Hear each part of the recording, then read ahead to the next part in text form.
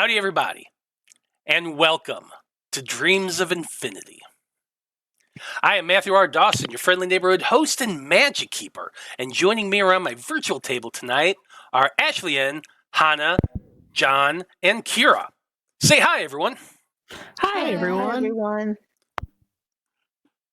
Now, before we begin, we do have a few announcements to get through, starting with the first of our two sponsors for tonight's show, Hero Forge. Hero Forge offers fully customizable tabletop minis with dozens of fantasy species and thousands of parts to choose from. Their easy-to-use design tool lets you build your perfect miniature online using a fully 3D in-depth character creator right in your web browser, which is where we built the tokens for this game. You can build yours today at HeroForge.com. Our second sponsor for tonight's show is XSplit. XSplit is a high-quality virtual webcam background remover that works with your already existing webcam. Using this program, you can protect your privacy while you work or play remotely. You can blur the background, remove it entirely, or put a picture as the background instead, like I did. You can download the app today at xsplit.com, and if you use the coupon code RANDOM with a capital R, you can get 10% off of your purchase. You can find our referral link in the chat and show descriptions. This week, tomorrow, in fact, we're back with another episode of Laropen Tales, Tyranny of Dragons. And I can't wait to see what happens because old boy Griff went and touched a mummified hand, which never ends well in D&D. Can't wait to see what happens to him. That is tomorrow, Thursday at 7 p.m. Central Time. After that, on Monday, we're back with another episode of Aether Shanties, our Sagas campaign. That is also at 7 p.m. Central Time. And following that, next Wednesday is Sonnet of Blood, our Curse of Strahd campaign, which is also at 7 p.m. Now, as always, you can keep up to date on our schedule and everything we do here on the network by following us on Facebook as Random Rhapsody TV, on Twitter is @random_Rhapsody, on Blue Sky is Random Rhapsody, and on TikTok is Random Rhapsody_TV. And that's it. Those are our announcements. So join us as we return to Laropa City and continue on with the Dream Seekers as they investigate the dreams of infinity.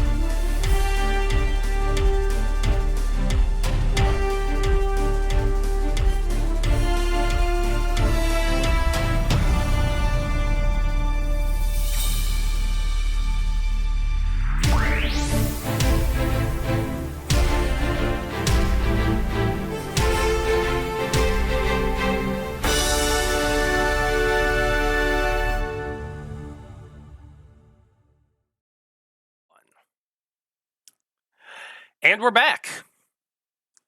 So hey, guess what? It's time to do the recap, which means I'm going to offer up the Random Rhapsody coin, which in this campaign is good for a free reroll. However, if I do the recap, I get the coin. And we all saw what happened last time. You know what the consequences are. So I'm very happy to do the recap again. I've got great stuff. No, you sure? We don't need to be shot at again. That's fair. That's fair. Well, I missed it. If you want to, please. No, just... I'll do it. Okay. In that case, Katrina, tell us what happened last time on Dreams of Infinity. Okay. Hi. We were all still reeling after Damien was kidnapped and what went down at Get Some Development. Salem spent the day at Ray's used books looking for anything about outsiders and elsewhere, just anything that might be useful information. After chatting with James and Aisha, after Melody chatted with James and Aisha had a nap, they joined me at school for the afternoon. The day was a blur, so I don't know how I managed to do okay in all my classes. But after school, Aisha worked, and I think it went okay. Melody came with me to the arcade. I needed something bright and flashy and get distracted and smash some buttons and everything. She seemed a little distracted, but I managed to get one of those little thingies from the crane game for the Wanderer, so that went okay. Afterwards, we met up with Aisha, and we took the bus to go check out the roof of that building where we had fought the outsiders and the culters and all them. The one where Damien went poof into a puddle, maybe? I don't know. Anyway, we went there, and we had to collect the gloom gems. And we also wanted to kind of investigate to see if there was anything. Unfortunately, we didn't plan too far ahead, and the building was cordoned off with tape at the front door. So we decided we would go up the fire escape and just climb up. It was a 10-feet jump to get to the 10 feet to get to the bottom one. So Aisha hoisted me up, and once I was up, I put down the ladder, and we all climbed up and found out that it didn't reach the roof. So we were, it was quite far from the roof, actually. We tried to climb, we tried a whole bunch of things. We kept trying to get up there, and it was a comedy of errors. There were bruises and bloody knees as we kept trying and failing to get up there more times than we're willing to admit. After taking way too long and having the Wanderer fly up with an old garden hose from a dumpster, the three of us finally made it to the roof of the building. The roof was relatively unchanged, but the water was gone, and the full extent of the damage was evident. With the Wanderer's help, we grabbed the gloom gems, including Salem's share, to give to him later. And no sooner had we finished collecting them than someone started shooting at us from one of the taller buildings. I had no clue where they were, but Melody seemed to have an idea of what direction they were in. Unfortunately, she wasn't fast enough to avoid the bullets and went down. The fire escape was in the line of fire, so we opted to go for the stairs that led into the building. I bandaged her up quickly, and then Aisha and I dragged her to the door, where Aisha provided a distraction while I picked the lock. It proved to be an easy lock to pick, but Aisha got hit before we managed to get Melody inside the door, with the door closed behind us. We didn't want to break into anyone's apartment, so we just went down the stairs as fast as we could while carrying Melody. Using a payphone in the lobby of the building, Aisha called for a taxi. We broke the tape across the door to leave the building and hurried into the taxi when it showed up. Aisha had him head to her place. The driver was asking questions, probably due to us being covered in blood and obviously running from something, but Aisha paid him off and told him to be quiet. Melody came to shortly after we got to Aisha's place, and the three of us decided to skip doing patrol and just spend the night there to rest and heal up. And that's where we are now. Hopefully Salem didn't run into any gunmen, and hopefully found something useful at the bookstore. Well, I guess we'll have to wait and see. But before then, there you go, Kat. There's the random Rhapsody coin. Don't forget to use it. It's only going to last this session. Well then, Dream Seekers. We are rewinding time a little bit to return to the early afternoon of Thursday, September the 12th. We left Salem hanging out in Ray's used bookstore, the known hideout of one James Ronan, who, if the truth were told, is currently working out his feelings in the basement of the building now since Melody left. Salem, on the other hand, has half of a school day and a free time phase and investigation phase to work through. So let's try to get through that pretty quickly. Salem, you've been perusing the many dusty bookshelves that occupy Ray's Occult and Used Bookstore. But you really haven't found much on what you would personally consider to be the occult. You are intimately familiar with the fact that magic does exist on some scale. You use it. And the young man downstairs has certainly proven the fact that magic isn't limited solely to Magi-Knights.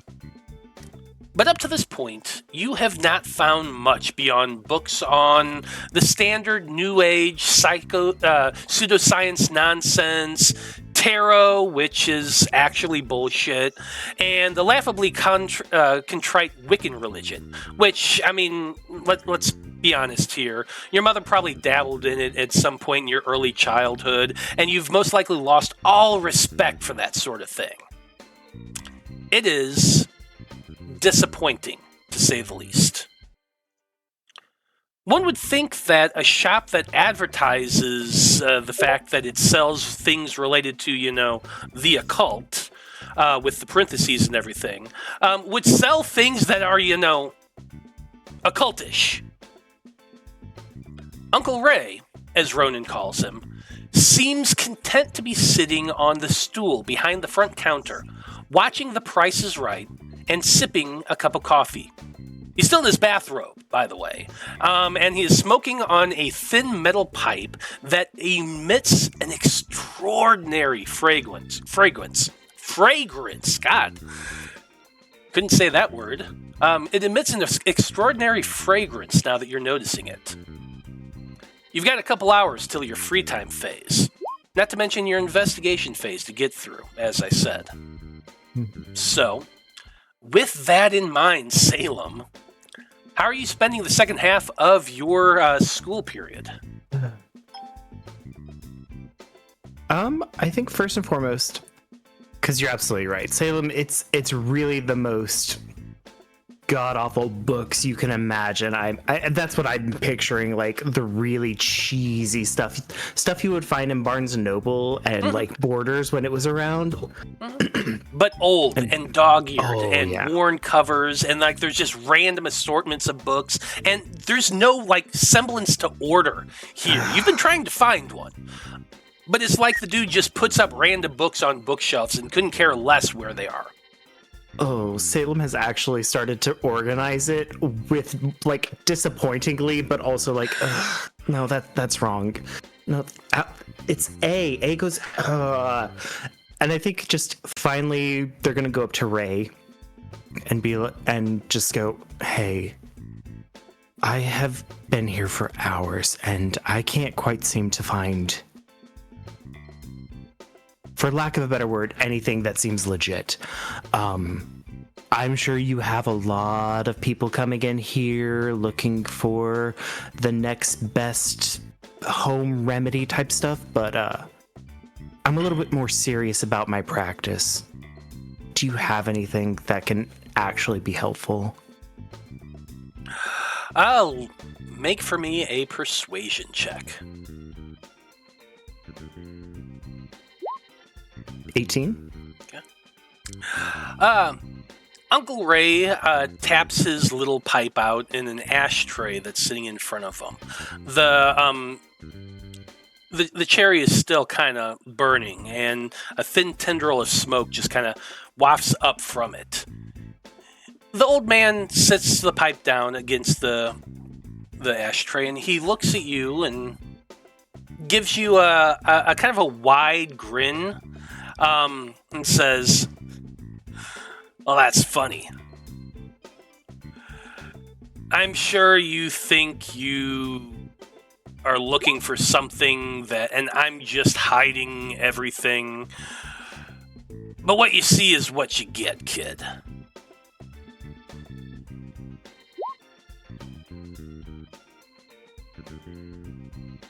All right.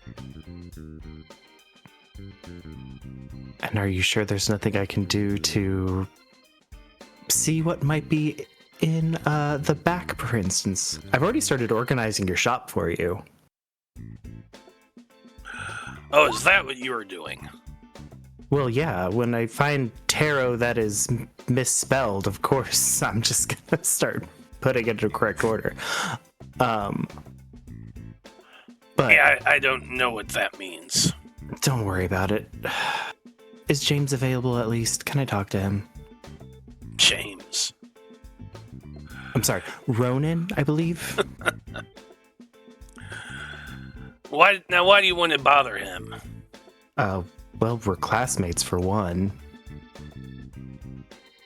Two, I think he's dating one of my best friends, so... Which entitles you to what, exactly? A conversation? I feel like if Ronan wanted to talk to you, he probably would have. He seemed a little preoccupied earlier, wouldn't you agree? That earns a laugh. He kind of barks a pretty heavy laugh at that one. Well, you've got me there, kid. You've got me there. The kid's in the basement. Awesome. I think that actually Salem with the laugh would actually introduce himself. By the way, I'm Salem Blackwood. It's nice to actually meet you formally. Heard a lot of great things. He looks at your hand for a minute before actually responding to it. He finally takes your hand. He says, Remoon Song. It's nice to meet you. Anybody that can laugh at James as much as that is a friend of mine, so I'll go step down for a minute. But thank you. Yeah, good luck with that.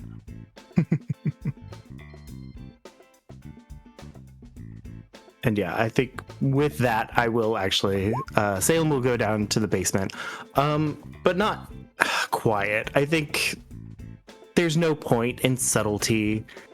So I'll try to make it a little bit more obvious that somebody's coming down into the basement that's not Melody. I don't want that awkward sort of like, hey, kind of like thing when I come down to the basement. He's still gonna do that. I hope not. I can't have him falling in love with me. I've got too many suitors.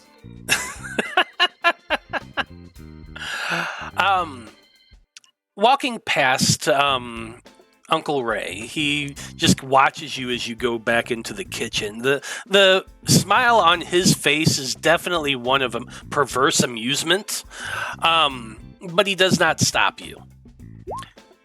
Behind the curtain is a kitchen, as I've described before. A small table, kitchenette, that sort of thing. Another TV on the counter next to the sink.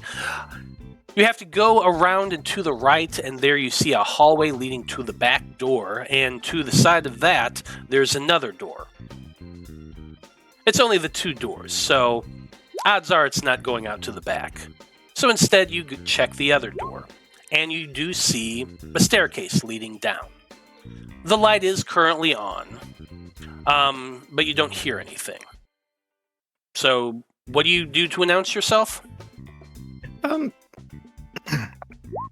don't think I do, like, actually announce myself until I get down, but it is one of those, like, loud steps, kind of, not like obvious stomping, but somebody's coming down the stairs.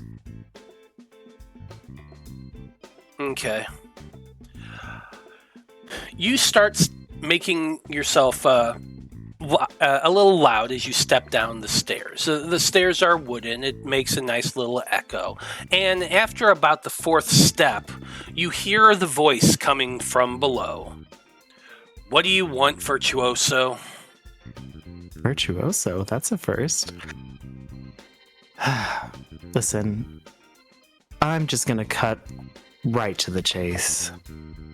I know you don't like conversation and probably aren't in the, search for a new best friend, and I just lost mine, and so I just want to talk business, if you will.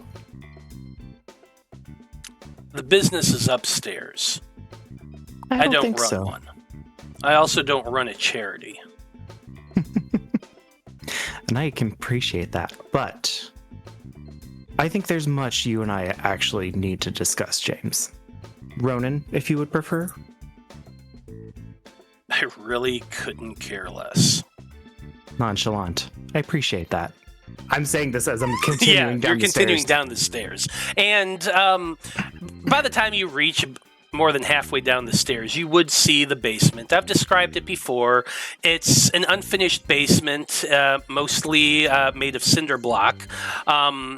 It's dark. There are only a couple lights down there hanging from the top. But the moment you get down to the bottom of the stairs, you see just a wall of computer monitors, all supported on a big fold-out table. Like, you know, the tables that that they bring into the gym and fold out with the metal legs. So it's all on that. It's kind of bowing a little bit. There's a big old high-backed computer chair behind it that's kind of pushed to one side. There is a gigantic map of the city of Loropa pinned to the what appears to be a cork board with a bunch of pins in it. There is a workbench to one side, which is where James is currently standing. He's standing there, leaning up against it. His arms are crossed, but he has something in his hand. It's long, it's cylindrical, it's dark, but otherwise very nondescript. But he's kind of tapping it against his shoulder as he stares at you. He is still wearing the same hoodie he always wears. Dark navy blue, zipper zipped almost all the way up, just showing a white shirt underneath. He has headphones that are down around his neck right now. He wears dark glasses. His hair is kind of swooped to one side in that emo style. And otherwise, he's just kind of scowling at you as he watches you descend the stairs. Not even phased. I expected that. Listen, I have been up there for hours.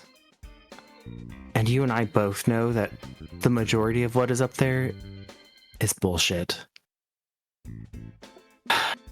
I need more information, more knowledge, and you are the one for that. Actually, I was hoping you and I could have a much more in-depth conversation when things were a little more appropriate, but times are what they are. The loss of a second Magi-Knights really got you rattled, isn't it?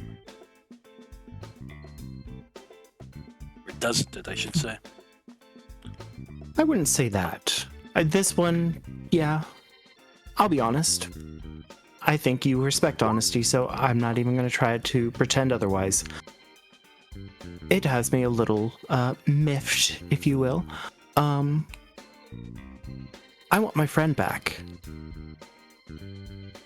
And I think you might have the abilities to assist in that, or at least the knowledge.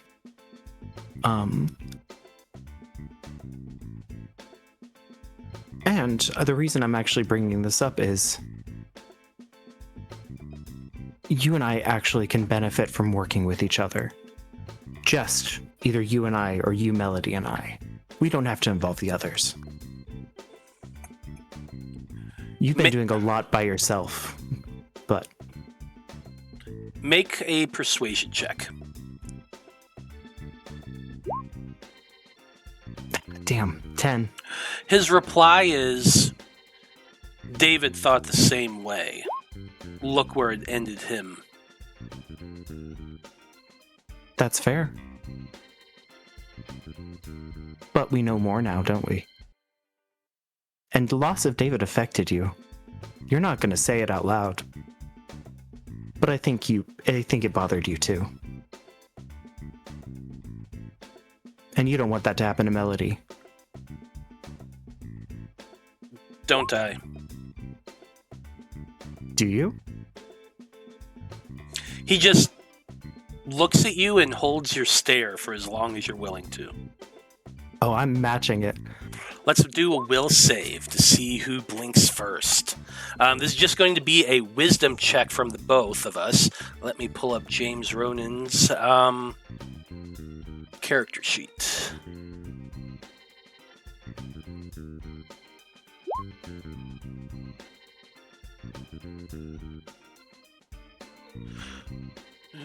Where are the stats? There they are. Here is wisdom. I'm rooting for Salem. Oh. That's fair. I mean, I'm not surprised with that, but I said what I said, and I'm not trying to intimidate him, but... Kenny Rules has redeemed an advantage. Oh. So if you want to re-roll, you can. Or we can leave it floating for later. No, you know what? Let's see what happens. Yeah, I dig it.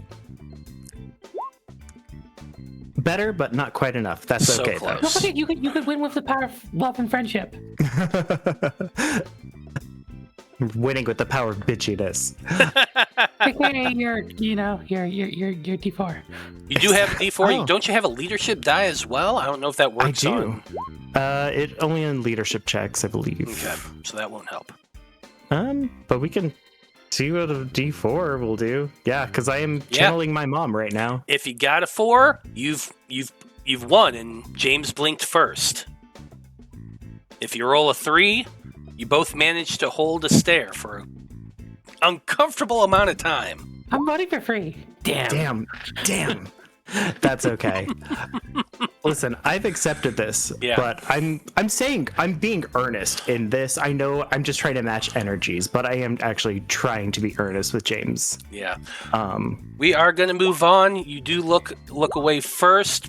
James does a small, satisfied smile, but finally says, Melody asked me to have a conversation. And I assume that was with you.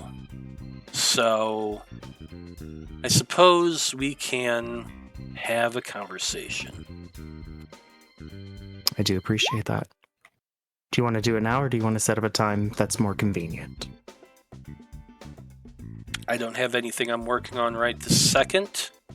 That's an obvious lie. He sits down, whatever he's working, to the side. He does say, he considers for a moment and says, you wanted to know whether or not it's possible to get your friend from elsewhere.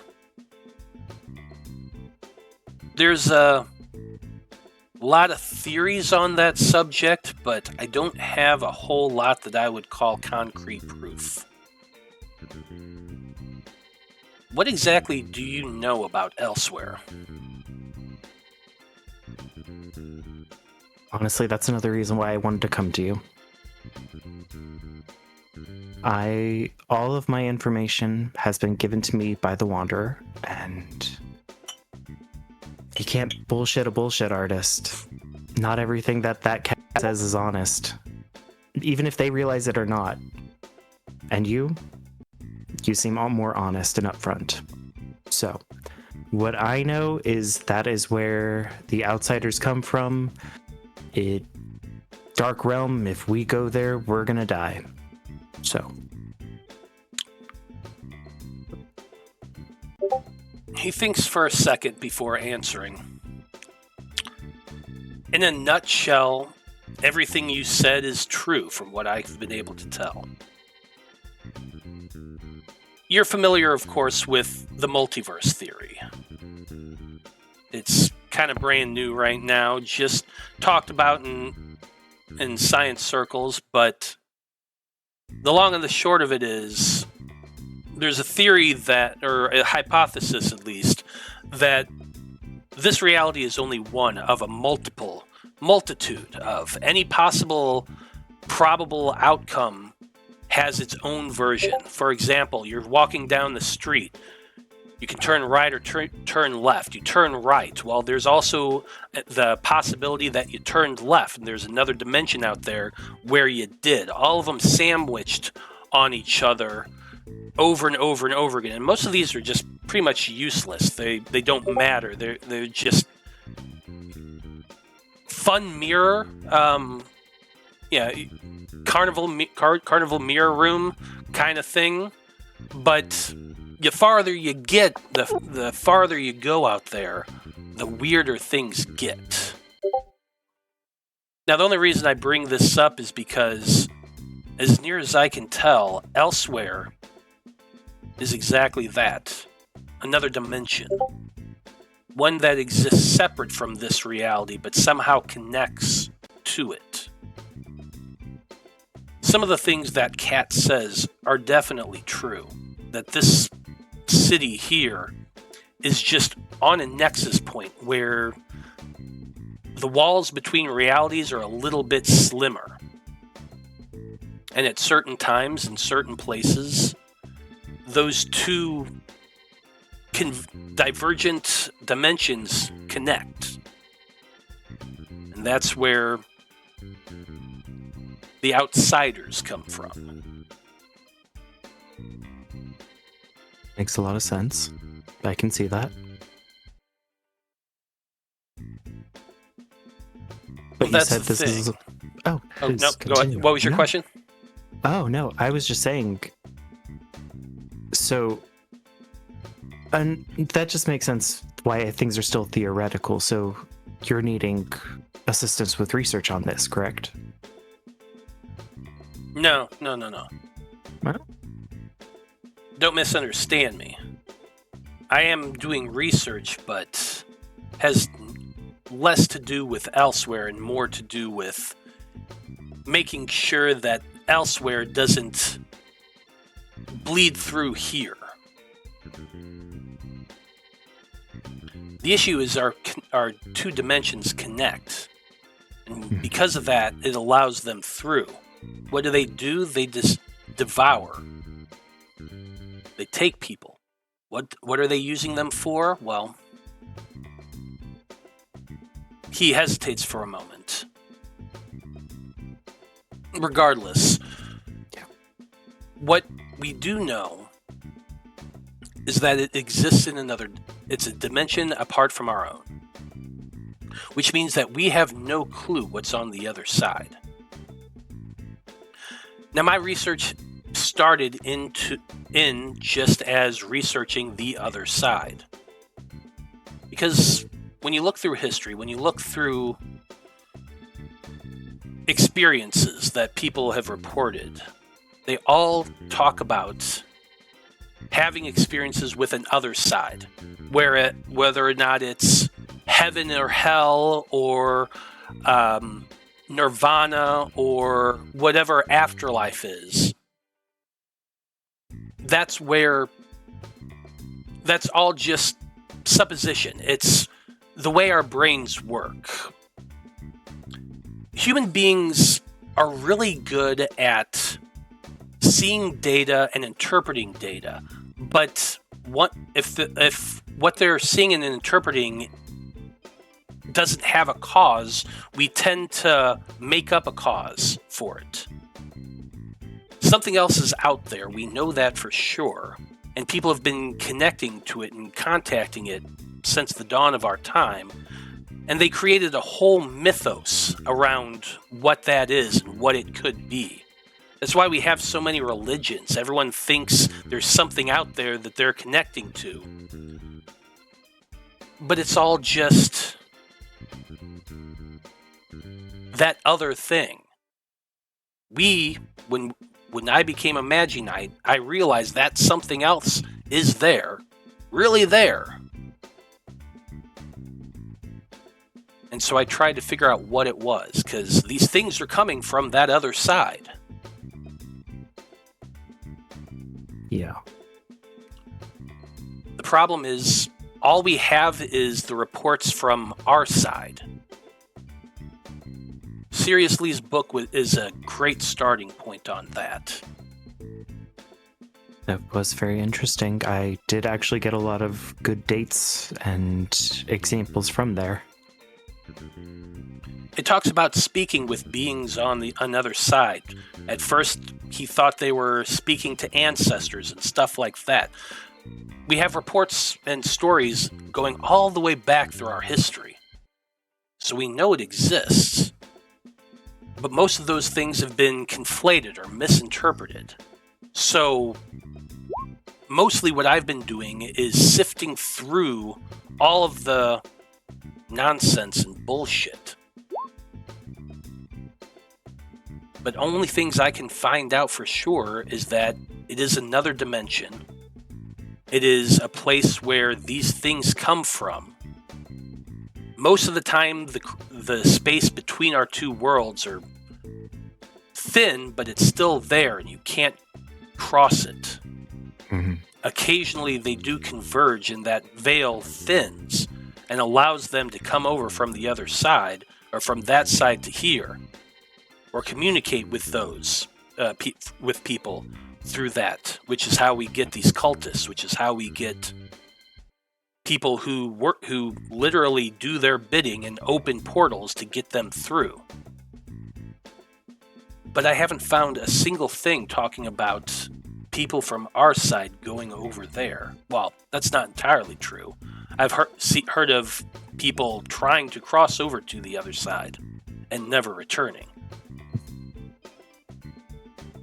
Well, that's at least a little exciting. And I say that meaning that there's at least instances of people being successful going over there.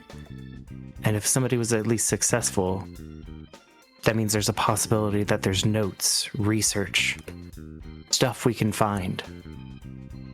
You've been doing this alone for a while.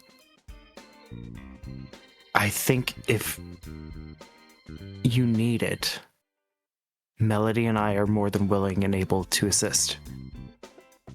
You two are great at stealth. I'm great at talking. I think we can make things happen. I'm not trying to get over to the other side. No, I'm stopping but the things from... I'm trying to stop the things from ever coming over again. And I think you're not... I mean this with all respect. You're not seeing the bigger picture.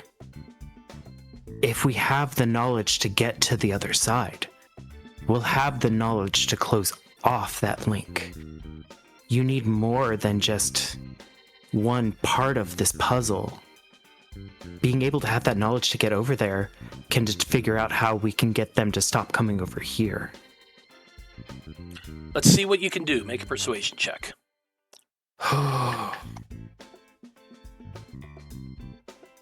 Make it big. Damn it.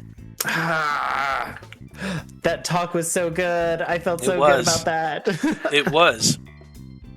The response is, you think I didn't think about that? You think I haven't thought about every single angle to try to stop it? Imagine this. Let's just do a hypothetical real quick. You got, as of right now, we have cults worshiping these things, bringing them over to our side. Eventually a group of, and he just waves his hand at you, a bunch of stupid teenagers are recruited, tear them down, destroy them, send them back, whatever. Now imagine it the other way. A group from this side going over to the other side, filled with, well, there's billions of people on this planet. How many are over there on that side? And you're just gonna stroll in and stop them? That's genocide on a level that I don't think you fully have thought through.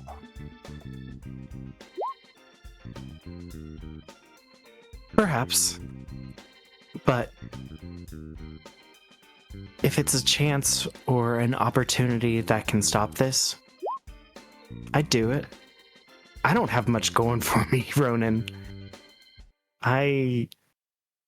If me sacrificing myself going over there will stop them from coming over here, that's the easiest damn decision I have ever made in my entire life. But that's not the conversation we're having right now. Now, the conversation we're having right now is a mathematical one. And I think you're just a little bad at math. That's true. It's not my skill set. That's why I'm trying to make friends with you, because it seems to be yours. He kind of scoffs at that a little bit.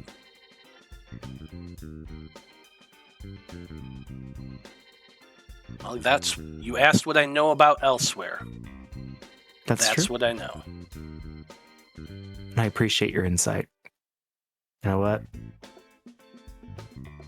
I may not have been able to convince you just yet, but I hope you will at least think on what I said and know that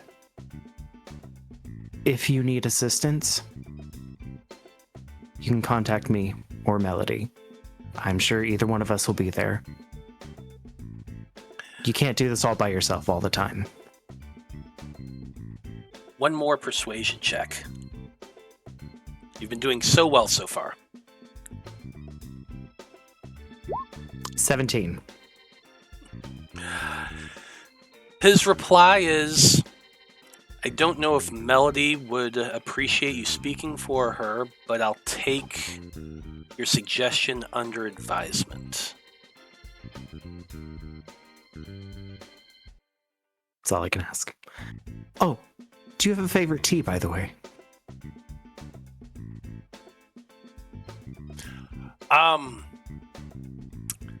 He's going to give you his best Jean-Luc Picard impression, because this is the 90s, it's out, so tea, Earl Grey, black. Oh, hot. Sorry, tea, Earl Grey, hot. That's what it was. Man of good taste. I appreciate both the tea and the reference, and I'll give him a wink before I give him a nod and head upstairs. As you're making your way back upstairs, the last thing Ronan says to you is, tell Melody we're even on that score. You got it, lover boy. And then I shut the door as I leave.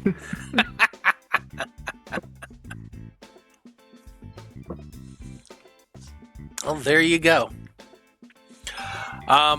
Make your way back upstairs, closing the door behind you. When you close the door, you hear from the shop in front. So how'd that go?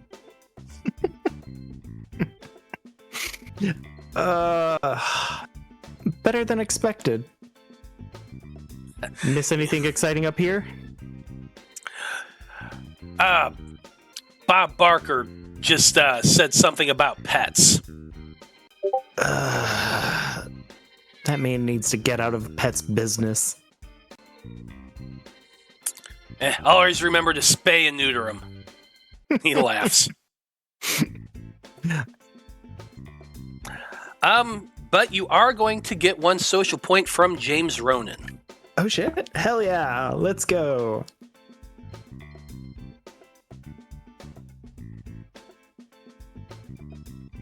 Sorry, my wife was just came in to say something to me.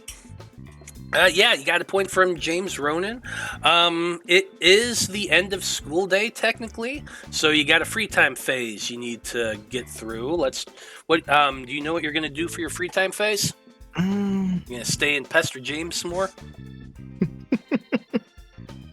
No, shit, what was I going to do? Hold on, I think...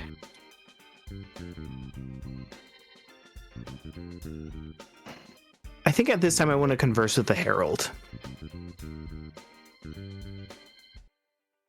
This has been a day of gathering information, so I think Salem's now just trying to get all perspectives and as much info as he can. Absolutely. Okay. You're gonna have to leave the bookshop to talk to the Herald. Sure. That's kind of what I imagined. After everything, Salem will purchase the encyclopedia that was falling apart, and then make their way back to their apartment slowly. It's not very expensive. I'm not even going to take a budget tally. I appreciate Yeah. that. I think it's got to be like $1 or $2. Yeah. Okay. So you exit the bookshop and you call the Herald, who does appear in front of you. He's like, "Oh, hey, what's up, Salem?" Not much, Wander. Just, it's been an eventful day, and I'm gonna be frank. Oh, okay. I'll be John. Oh, He smiles. good name, by the way. I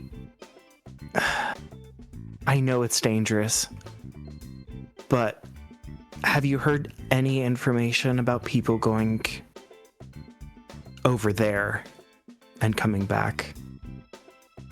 Okay. Well, let's find out. You're gonna have to roll something real. I'm pulling it up right now because I don't remember. I think it's persuasion? I thought it was mysticism. That's why I'm looking. Oh. Conversing with the Herald. I am correct. You need to make a mysticism skill check, DC 15. All right, let's see. Oh, so close. That's fine. 14. Is this something you can use your bond on, I believe? Yeah, anything that's not combat. Oh. Sure. Yeah, actually. Okay. I will use my bond die. Well, you can do that. You don't need to roll because a 1 is going to get you over the top. Unless you want to. You're always welcome to. I'm just curious. We'll see what my rolls have been. They've been all over the place. There's your 4. Earlier? There's Where your were freaking you? 4.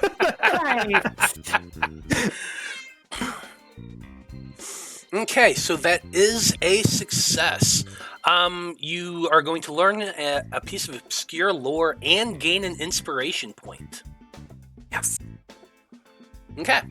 So, you ask this question as you're walking away from Reiju's bookstore. The cat flaps his wings and is kind of coasting along next to you as you walk. Almost like, how Chinese dragons do that kind of up and down motion, snake-like. Mm-hmm. That's sort of how the cat is flying. Wings spread, but not really flapping. The body and the tail just kind of going back and forth in opposite motions as he looks at you and talks to you while you're walking. What he says is, your question was, repeat your question one more time for me, please. Salem asked if the Wanderer knew of anybody being able to traverse there and come back. Okay. The response that the Wanderer gives you is, no, I don't know of any way that somebody can go to the other side and come back. That's why it's so heartbreaking. Mm-hmm. People have tried. Magi-Knights have tried. But they've never come back. That's fair. I know you probably can't answer this, but do you think if somebody were to go over there, they could actually stop them from coming over? Find a way from that side to end this? I've always believed that the only way to truly stop the outsiders is to destroy the Devourer once and for all. And if the Devourer comes to this plane of existence, it would mean the end of everything here. So I can only assume that the only way for it to truly happen would be for Magi-Knights, powerful Magi-Knights, would have to cross over to the other side to destroy it. But you would have to be way more powerful than you are now to be able to do that sort of thing. Wanderer, I'm offended. No, I'm just kidding. I understand. That makes a lot of sense. Thank you. Oh, of course. I mean, I'm always happy to help. I mean, I wasn't trying to be derogatory about your power level. You all have done well so far, but you know, knowledge gained independently through research and experimentation is far more valuable than any knowledge simply given. And the knowledge to get to the other side is so vastly powerful that only someone with this extreme level of power would be able to do that sort of thing. So it's not personal. It's just No.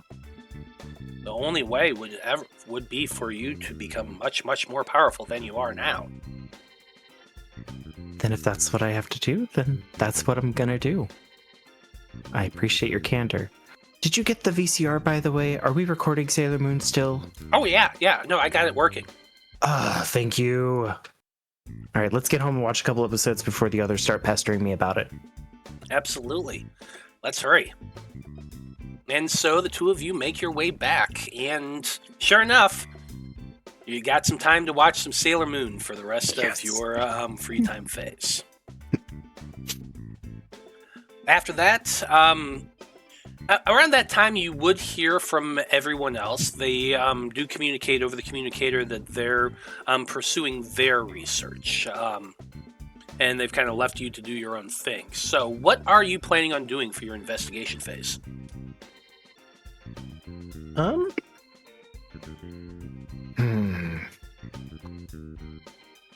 Honestly, this sounds like a cop-out, but unless they were to request Salem's presence, I think for the first time, Salem is gonna sit with their feelings, and I know that we should be out there, but he hasn't had a chance to just grieve by himself just yet.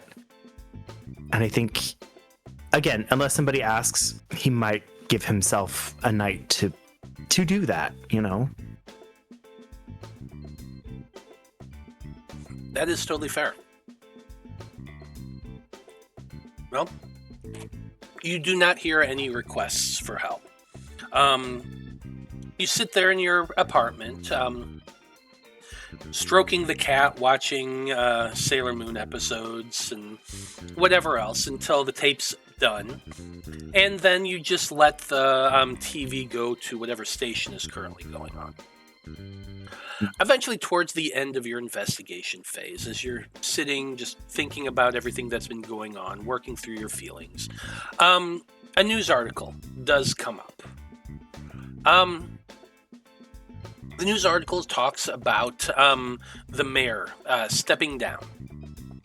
It is clear that after everything that's going on with the allegations of improper behavior and that sort of thing, he's announced that for the sake of the city, he is going to be stepping down as mayor. There will be a special election held in about a month.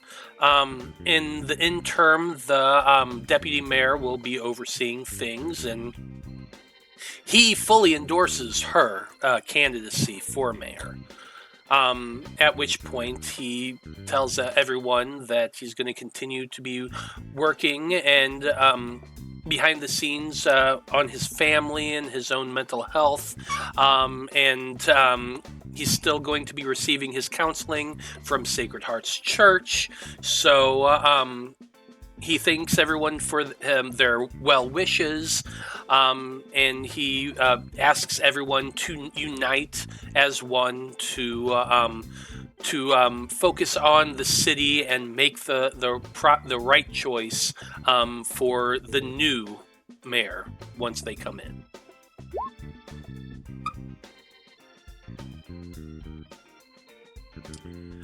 Eventually, you do hear a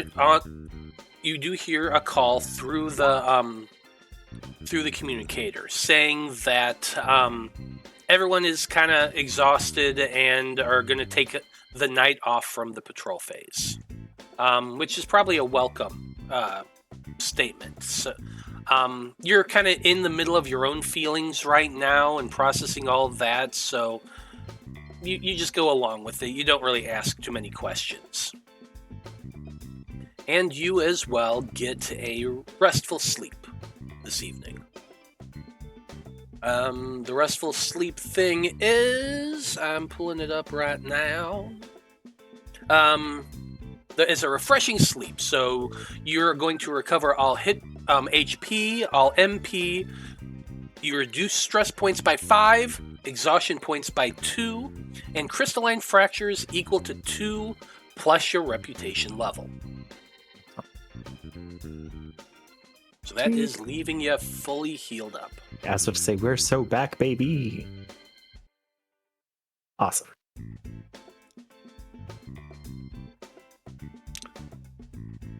Okay. That's it, everybody. We are all caught up. So, as I said, you all have managed to have a restful sleep. I would like everybody to make me a con check. A con check, please.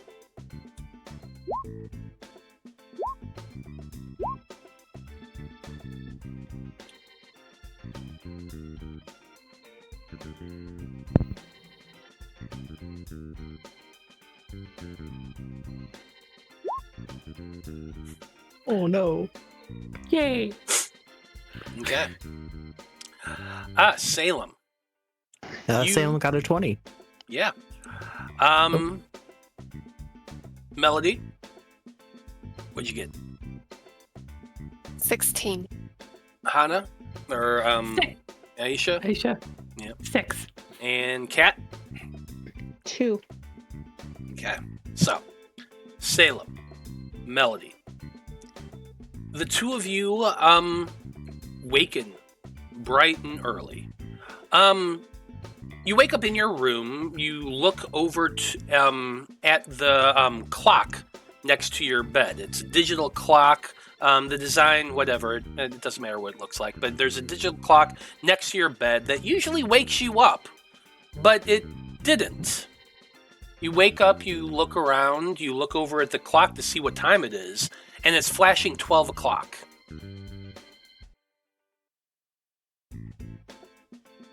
In a panic, you jump up and run over to your to a watch or whatever you have nearby, glance at it. It is currently 7:30 in the morning. You've overslept. Not by a lot, but you've overslept. If you don't hurry, you're going to be late for school. Fine, that's fine. A quick brush out. We're good. We're good. We're good. Aisha, or not Aisha, Melody, you slept over at Aisha's place. So you actually aren't even at your house. You're in Aisha's bedroom, probably camped out on the floor or something. But you look over and see the exact same thing, that flashing 12. What do you do? I check if Aisha's still asleep and then wake her up. And then I say, I gotta rush home and get my other uniform. And then I leave after I make sure she's awake. You shake Aisha awake, let her know that you're leaving, and run out the door, heading to your place. I imagine you jumped over Kat in the process. Yeah. There was an angel.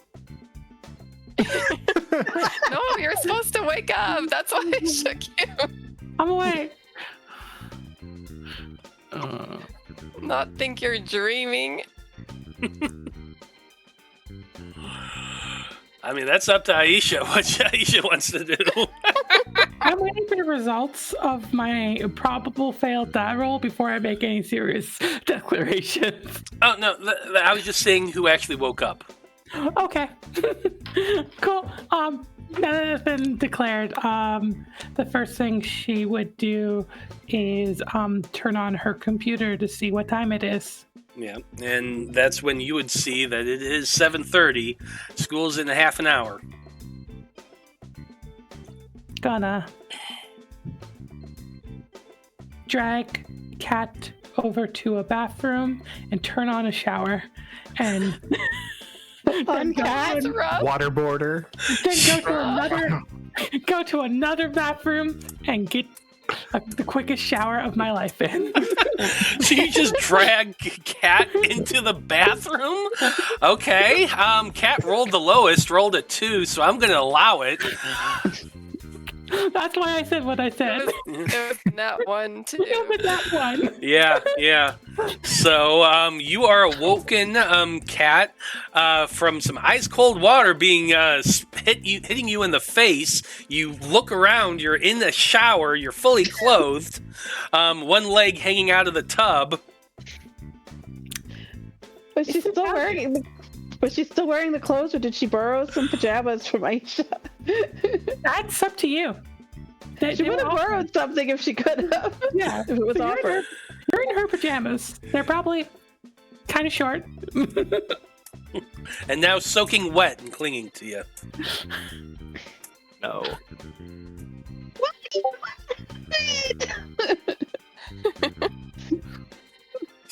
What? She's just totally confused. And Aisha's in another bathroom showering, so there's no clue what's going on. In there. So, like Nancy Kerrigan on the ice, you're just sitting there crying, "Why? I'd probably go back into the room and look for Aisha. I don't know. Do I see the clocks? Do I?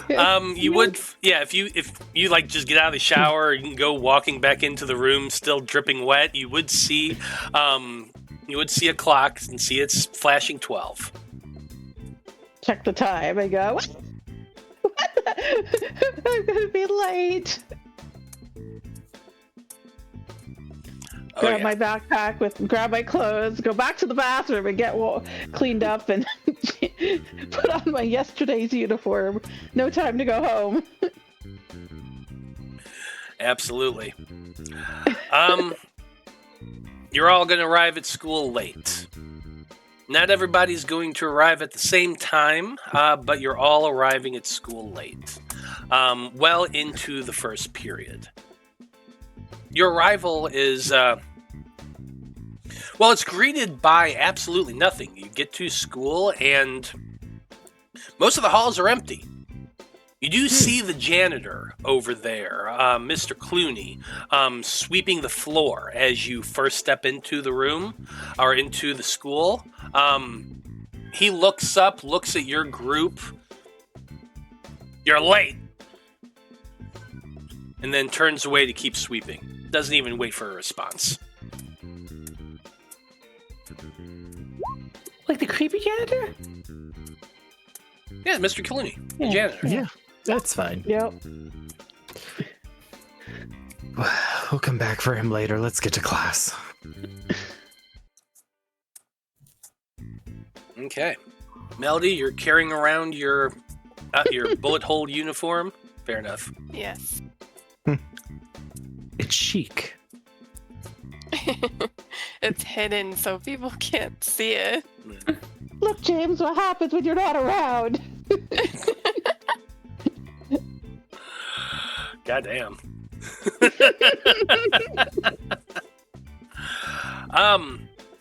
You have to hurry to get to your first period class, but let's get some basic stuff out of the way first. Team leader, roll a weather check for me. That's a D100. 50. 50. Okay. So today ended up being normal. There is some light precipitation, so it's kind of like just misting wet outside right now. The wind is light as well, so it's kind of a cool, kind of sticky, rainy day today. Next, roll me a D12. 9. Goddamn. Guess what? Pop quiz day! Not again. Oh my God. Is there ever a day that's not test or read quiz? in the rules that you can't have multiples in 1 week unless it's a day and a B day. And I think we've already had one of each, right? Have we had one this week? Maybe we have. Yeah, think I mean, I you can do it if you want to. It's up to you. I'm so sorry. I've been bringing rolling that up. very high on them, so we've at least had multiple test and pop quiz days recently. Probably. I think most of them were. I think there may have been one day that wasn't. Maybe. That's like few school days have been pop quizzes. Yeah. I think it's valid, though. It should be mostly quizzes at a prestigious school. There. I mean, just have a normal day. Yeah, well, an average day, if you're only supposed to have one pop quiz a week, or at least per day, A day, B day, an ordinary day would be the next step down, unless I made it even worse and make it another test day. I guess I need to start keeping track of those. Okay, let's just keep it a normal day, just to be nice. It's an ordinary day, so your DC checks are going to be 12. You stride into the first room, which is... Dang it, I just lost my other sheet. Is it an A day or a B day? Today is an A day.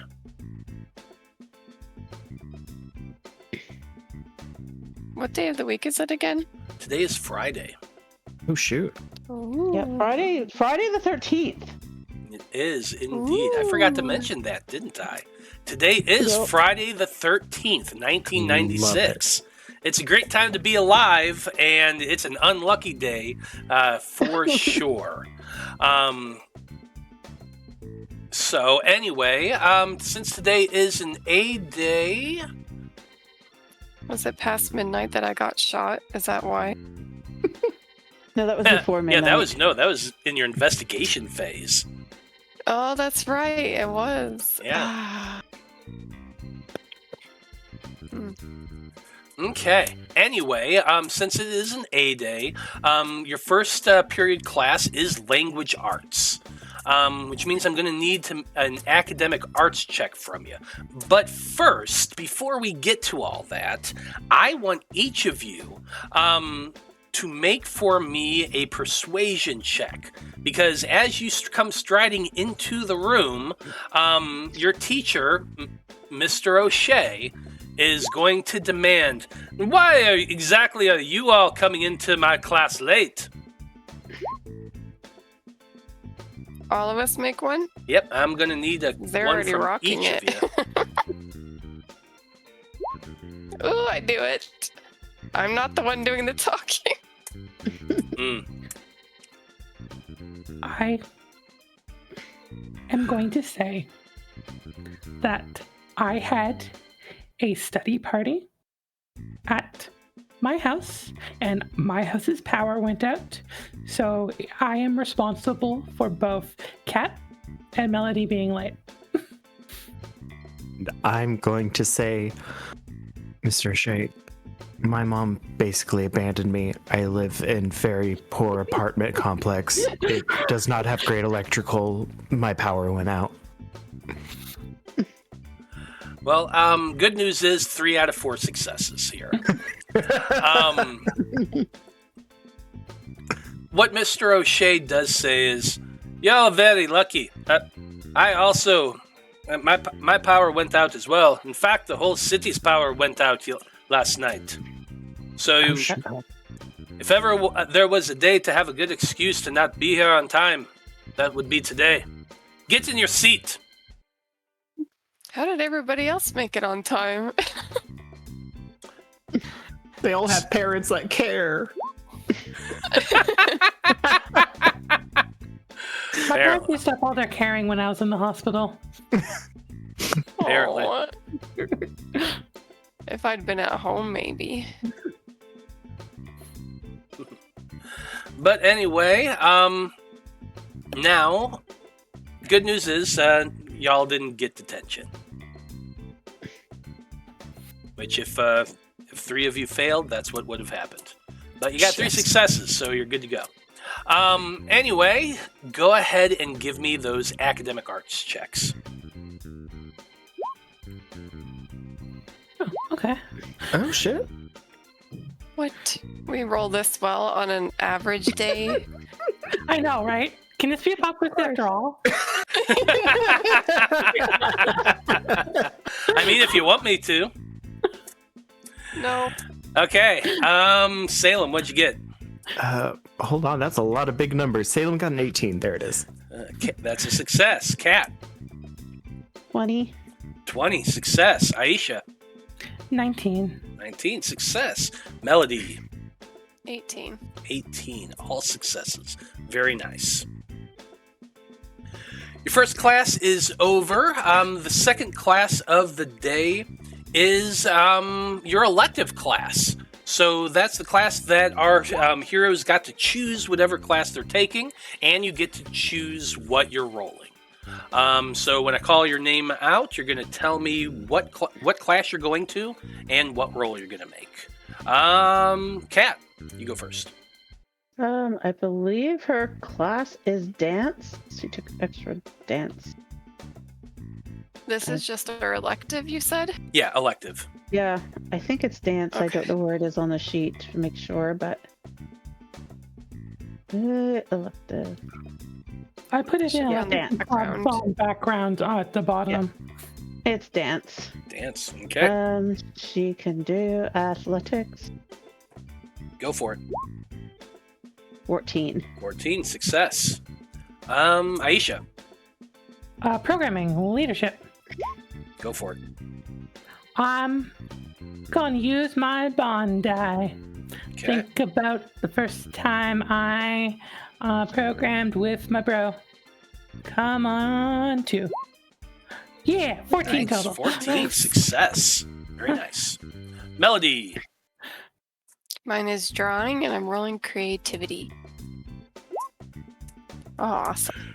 wow, just a success. Very nice. Yeah. Salem, Orchestra, and I believe we're doing creativity again. 16. nice. 2 classes down, both successes. Very nicely done. Okay, it's time for third period, which is mathematics. So I'm going to need everyone to roll STEM checks.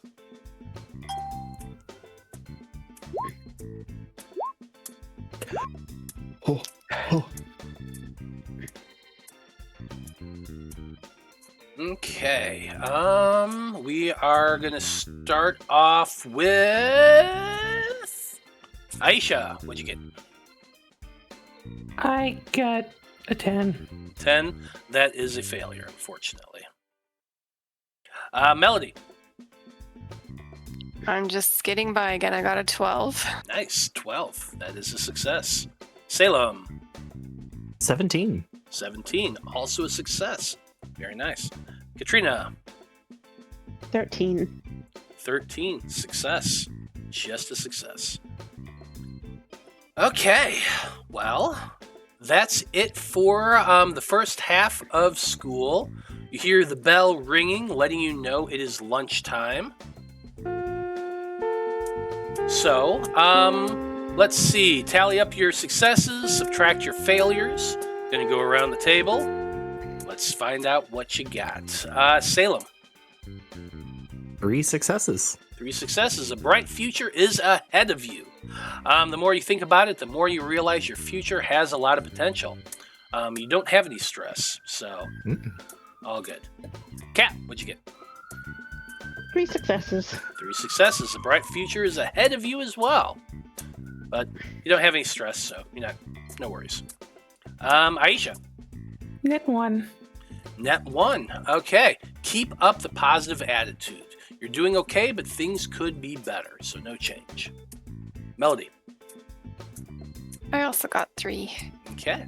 Bright future is ahead of you as well. Maybe we'll find out that bright future at lunchtime. But in the meantime, since it's 7:27, why don't we go ahead and go on our break? I think this is the perfect time to do that. So, we will be back in about 10 minutes, folks, and when we return, our heroes are going to lunch. Can't wait. Stay tuned.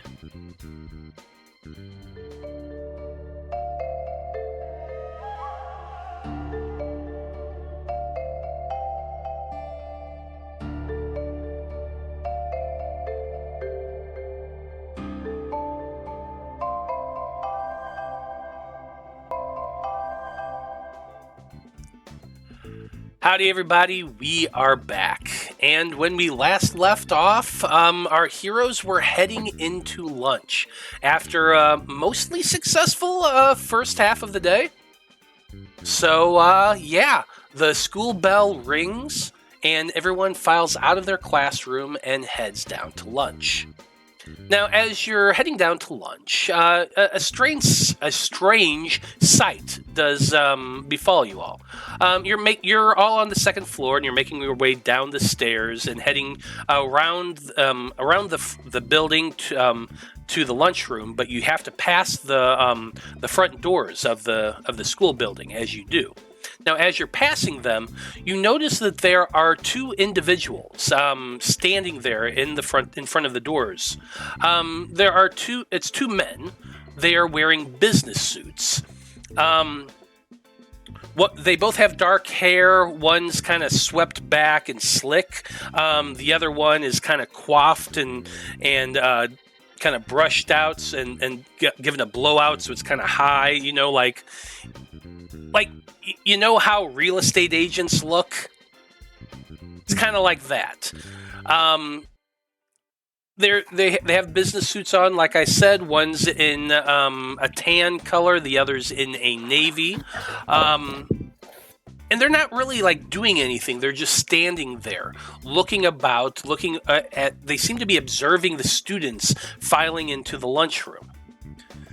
Now, you all pass by as well and make your way to the lunchroom, but you can't help turn back and look, take a second glance, and you notice that Mrs. Poole, the school secretary, is approaching the two of them. She says something for a moment to the two of them. They seem to be nodding, and then you see her leading the pair away back towards the office. Now, following the course of the current of just all the students, you do end up in the lunchroom. The lunchroom is always jam-packed with students. Kat, you can't help but notice that Connor Bleakman is sitting at a table near the doors to the lunchroom. He's sitting there with about half a dozen other students. But when your group walks in, you do see him smile. I'm going to remind you, he has sandy blonde hair, bright blue eyes, and he dimples when he smiles, seeing you, Kat. He waves at you and gives you a big friendly smile, and motions for you to come over and join him. So that's what that's the first thing you see when you enter the lunchroom.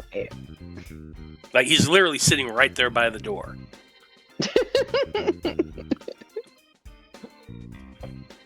So, Magi-Knights, let's talk about lunchtime. Now, for your lunch period, you get this time to kind of interact with one another, or fellow students, exchange information, listen to gossip, have friendly interactions, or whatever. Your activities are, you can relax and eat with friends, you can do a last-minute cram session, you can listen to gossip, you can drink copious amounts of caffeine, or you can take a power nap. So, what do you all want to do? Anybody have any ideas? I'm relaxing and eating with Unisong. I kind of want to do something with Melody, depending on what she's feeling. Her and I need to talk one way or the other, but it can be after school if need be. I was thinking of listening to gossip, but I'm open to talk to either. I was also thinking about listening to gossip if you want to tag team that together. Yeah, sounds good. Okay. Kat? You know what Kat you're doing? wanted to listen to gossip, but doesn't want to totally blow off the guy. So No, might have to listen to gossip at that table. I was about to say, Salem would absolutely be like, no, Kat, this is fantastic. Use your feminine wiles. Get as much information as you can from this boy. He's obviously interested. Just give the little, the hair toss, the little flip. He'll be eating out of the palm of your hands. Go. The door of the school. They could still be cute. You can still flirt with them. It doesn't matter. Go. You got this, girl.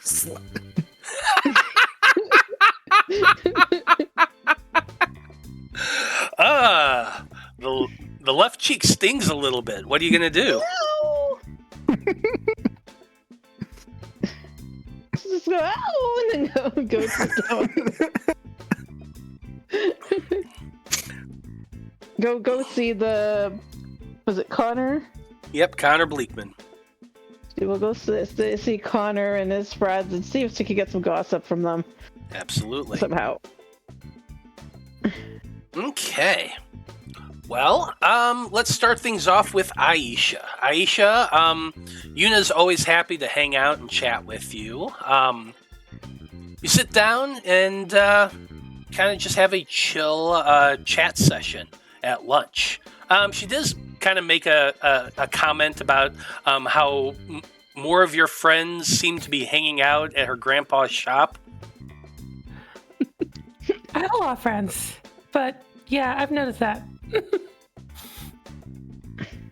She just kind of has a chuckle about that, and but the good news is, since you have no stress, you are gaining 2 social points with them, plus the additional.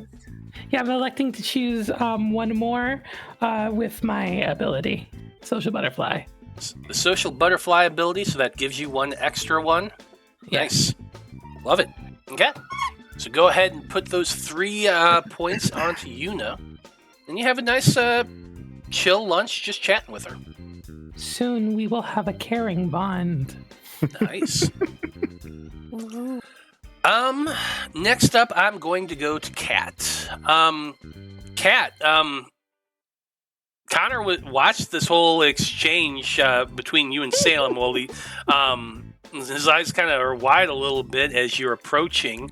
He's like, hey, Kat, good to see you. Come on, join us. What's with your friend? I don't know.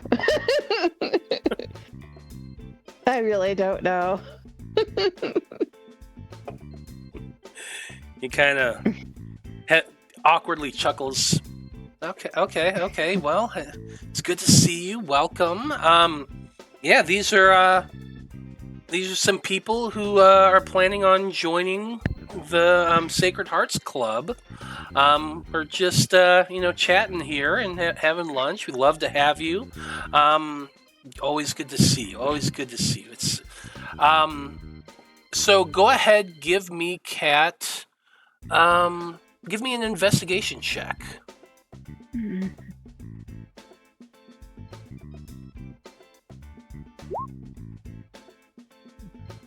Kat, I need you to know, across the the lunchroom before Melody and I leave, Salem's like, toss your freaking hair to the.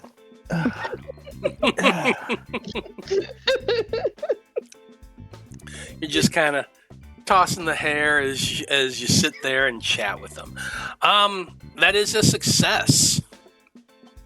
So, you're going to find out that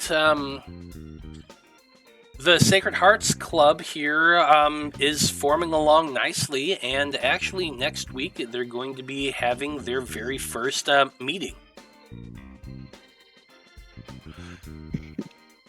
We talk a little bit about it. This first meeting is going to be just a simple gathering to kind of talk about the Lord and talk about church and all the things that they can accomplish here on campus. It's going to be kind of quiet and informal. Maybe do a little prayer, that sort of thing. It is going to be on Wednesdays.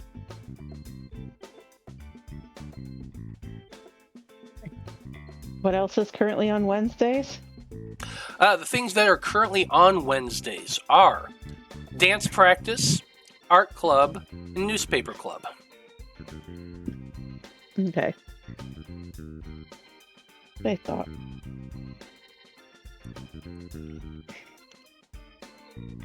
Yep, it's just going to be a once a week activity, but they're really super excited about it, and Connor kind of gives you his biggest, most charming smile as he says, "I really hope we can see you at the first meeting, Kat."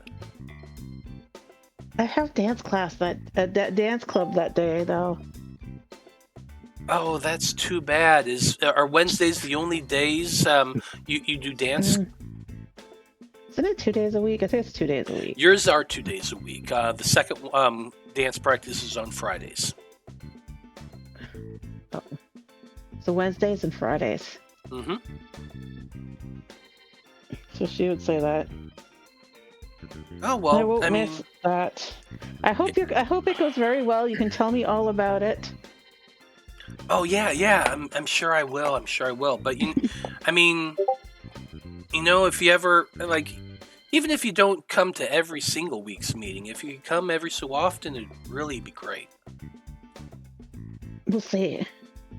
Who knows? Maybe dance club will be canceled one day. I don't know.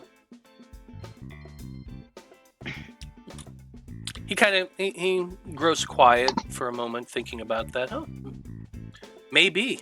You never know. I just don't like skipping things that I'm involved with. I feel guilty about skipping. So no, I get it. You're involved. That's definitely good to be involved and be dedicated to that. To have something in your life that brings you that much joy. I know I certainly have found that sort of thing in the Lord, and of course the rest of the kids at the table are like, yeah, us too.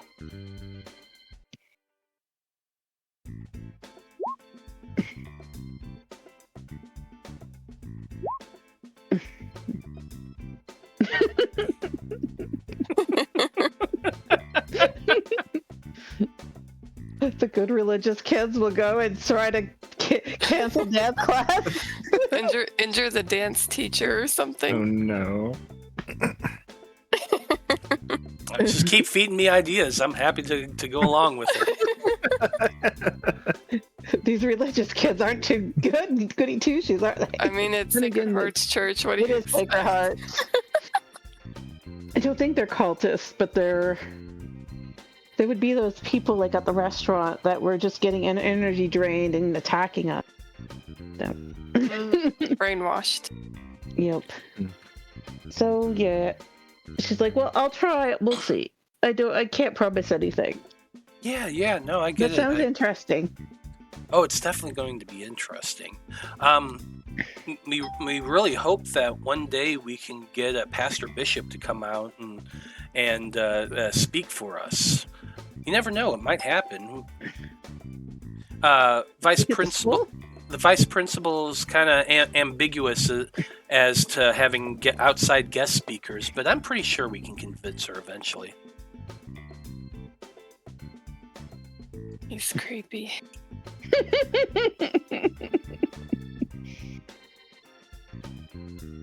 I don't think they're gonna crack our vice principal. That woman is stern. She is set in her ways. You don't mess with our doctor. We'll have to see. Who knows what will happen? Anything could happen, right? Yeah. Anything can happen. He says that with a smile on his face.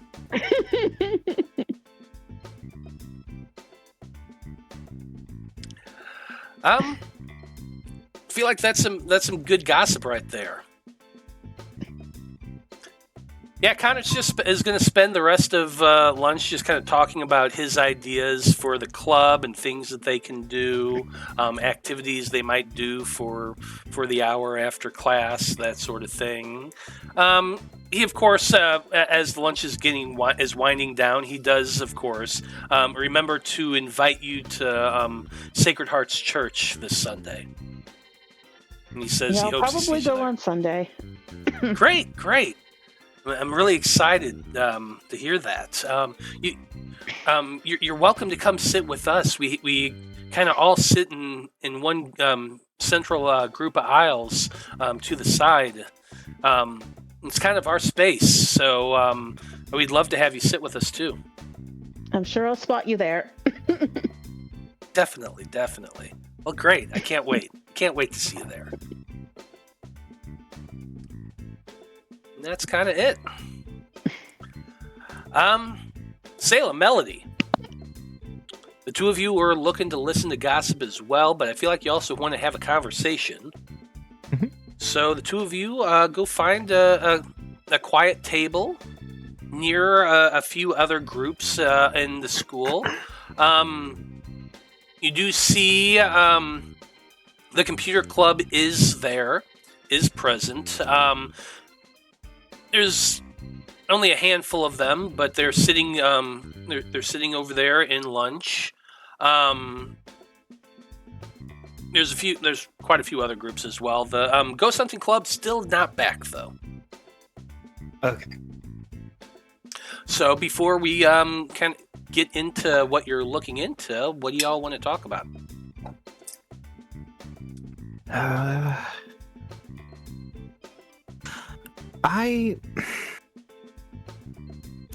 I'm not good at this, but I think I need to quickly apologize. I had a nice conversation with James yesterday, but I did probably overstep and accidentally volunteer that you and I could potentially assist him with investigating stuff, and I didn't mean to volunteer you without your consent, but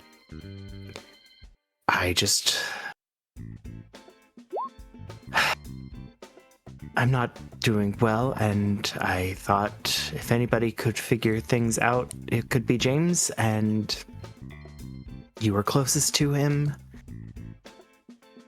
And I think I'm rambling, sorry. No, you're fine. I think I can agree with you on that. If anybody can help us find a way to get Damian back, I think it's James. So I am willing to help with any research that he needs help with to accomplish that. So I don't mind that you said that. Okay. I'm glad. I I was just trying to be, forthcoming with him, and I kept talking as I do, and I don't know what I'm doing. Don't tell the others. I'm gonna just let you know I hope I'm doing okay as a leader. But losing Damian is God, it hurts. And I'm trying my best, and I'm trying to find all resources I can. So I appreciate your willingness and everything. Thank you. It kind of sounded like you were saying that as our leader, you feel like it's your fault about what happened to Damian, and that's not true at all.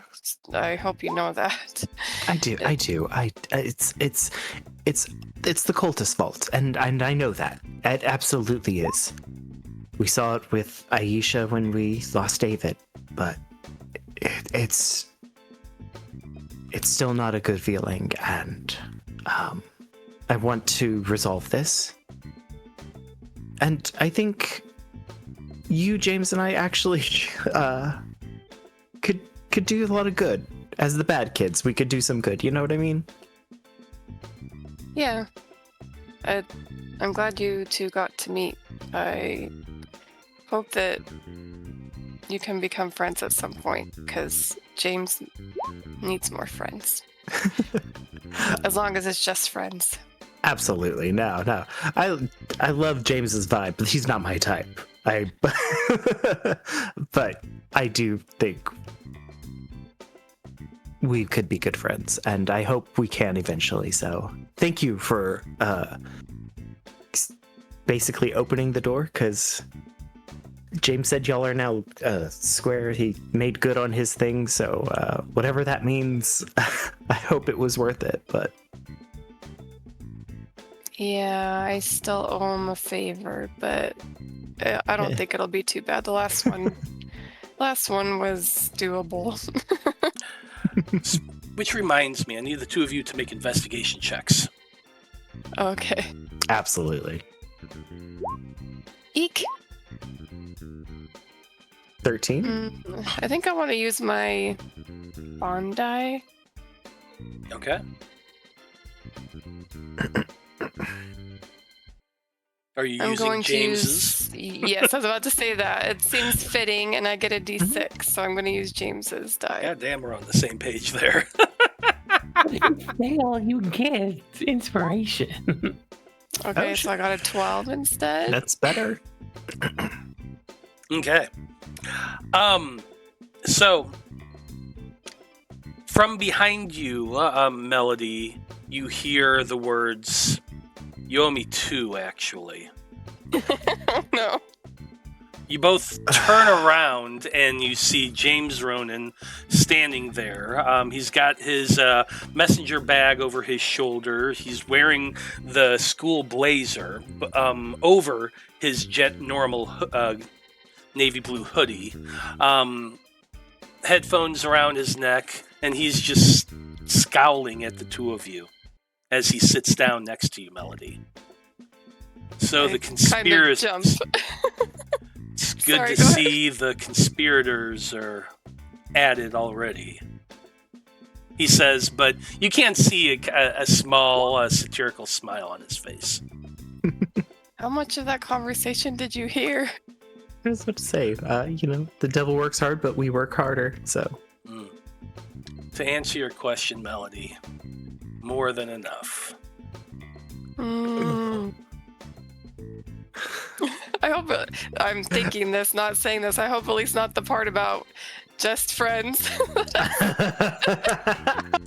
Yeah. What's the role to save face? Charisma saving throw. I like it. Let's go with that. Which one? Charisma saving throw for you, Oh, Melody. shit. Okay. Or For Salem. me? Let's Well, both go. We're yeah, both both of you. We're.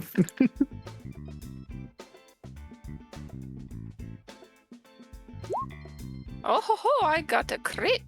No, that's fair. Salem absolutely let down their guard a little too much. Yeah. I think James is going to say, "You're not my type either," Oh, thank God. as he looks at you and Salem. That's good. I can't have you falling in love with me when we're trying to save the world. He just shakes his head a little bit. So I just realized we didn't tell Salem what happened last night, right? Nope. Did we? Okay. Say, well, since you're both here, it's a good time to update you. So I take out my uniform from my backpack and show them, and then say, we were attacked by a sniper last night, and this happened to me. What the hell did you guys get into when I wasn't there? God. Yeah. I quickly put it away again so no passing students see it. Give me a stealth check real quick. Okay. Just for funsies. Oh, 23. Okay. Yeah, you're good. James is just staring at you. He hasn't said a single thing since you pulled that out, but his eyebrow is raised, and he's just looking you dead in the eyes. Say, you're being slightly intimidating. What is it? I'm just waiting for you to tell me exactly what happened. I'm curious myself. Okay, I'll explain how we were trying to get the gloom gems, and we climbed up, and while we were up there, we started getting shot at, and I'll tell them the general area that I heard the sound from. James does not speak again. He puts his finger to his lips, and it more looks like he's thinking to himself. Salem, do you have any comments? No, not at this moment. I think Salem is gonna just kind of be passenger for a second, thinking, because I'm actually curious how James is gonna react with all this. So I'll add to the story. Yeah, it was actually both Aisha and I got hit, and it was bad enough for me that they had to drag me out of there in a taxi. So whoever it was meant business. why didn't you call? I know I don't drive, but like nobody said anything. We were trying to give you your time to yourself.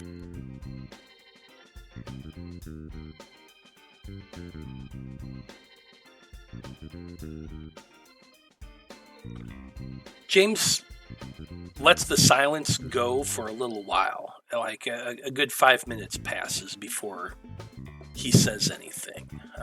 It almost gets a little uncomfortable because he returns his focus to you, Melody. And he's just sitting there staring at you for a moment. Eventually he says, "Bold. Gidim is bolder than I expected him to be." Interesting.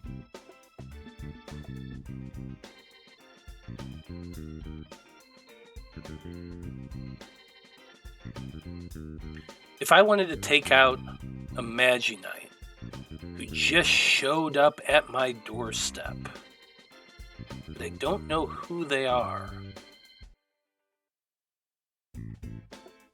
waiting for them to return to a scene I knew they went to, would be one way to do it.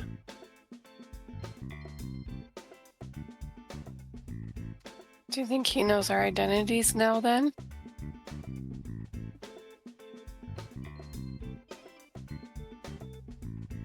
That's a good question. A lot would determine... A lot of it would be based on how far away the sniper was that shot at you. Though a scope is powerful, but it's not like a video camera. Can we determine that? Sorry? I mean, can we determine that from like the bullet hole? Because with like shotguns, if it's closer, it's gonna look different than if it's further away. With the hole on her jacket. Oh yeah, it would just be math. And you're good at that, right? He shrugs. Thought so. Does he have a backpack with him? He has a messenger bag. So so it's like a, you know what I'm talking about when I say a messenger bag? Like it's a satchel. It has a strap that goes over your shoulder, and it kind of sits at your hip. I want to quickly open his bag, take out my jacket, and shove it in his bag. He doesn't stop. If he lets me. Yeah, Okay. he does not stop you. Okay.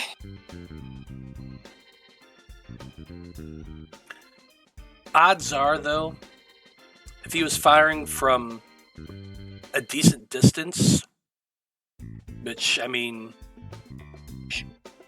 shooting somebody on a roof, you gotta be higher than that. And there ain't a ton of high buildings in that area. Which means that the chances are they didn't see, like, your real features. It would be distorted enough that, like, they would be able to see what you're wearing, maybe your general body shape, and head and your hair, but anything that really can identify you, your face, would be too blurry to make out. Possibly, there's a lot of factors involved, to be honest. How powerful of scope it was, how far away they are. But odds are probably not. I'll know more later. If that's true, that's a relief. I But mean, they hey, we do- can always do makeovers. I was thinking about cutting my hair if you want to change your color. Color change might be good. But they know we go to this school because we were wearing our uniforms. That's true, but they're talking to Mrs. Poole. And I know how to Who talk is? to Mrs. Get them. They're here.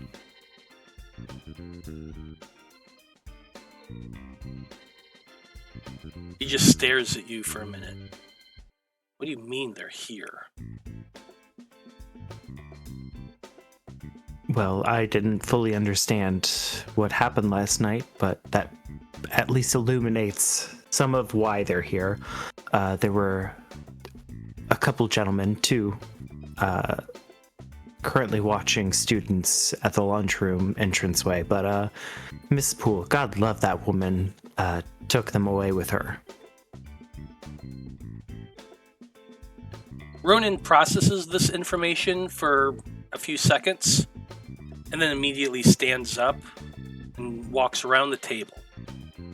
He lightly touches Melody's shoulder, but then keeps walking and exits the lunchroom. Do you want to follow?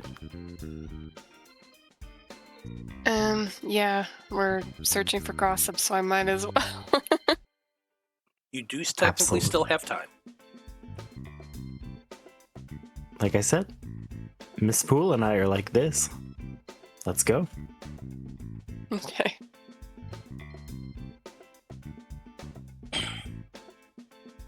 Okay.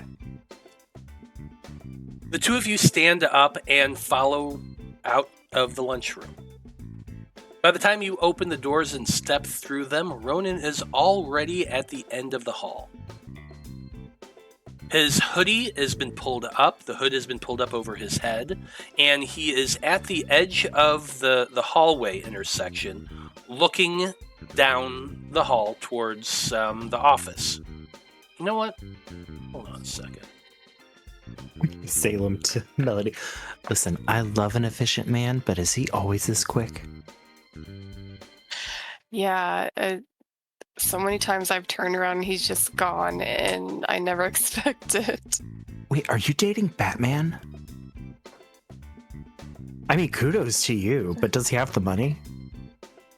No. But I never thought about comparing him to Batman before. Oh, really? Like, the animated series, that's all he does is, like, shows up and then vanishes before he... Anyways, sorry. The Wanderer's got me watching a lot of cartoons.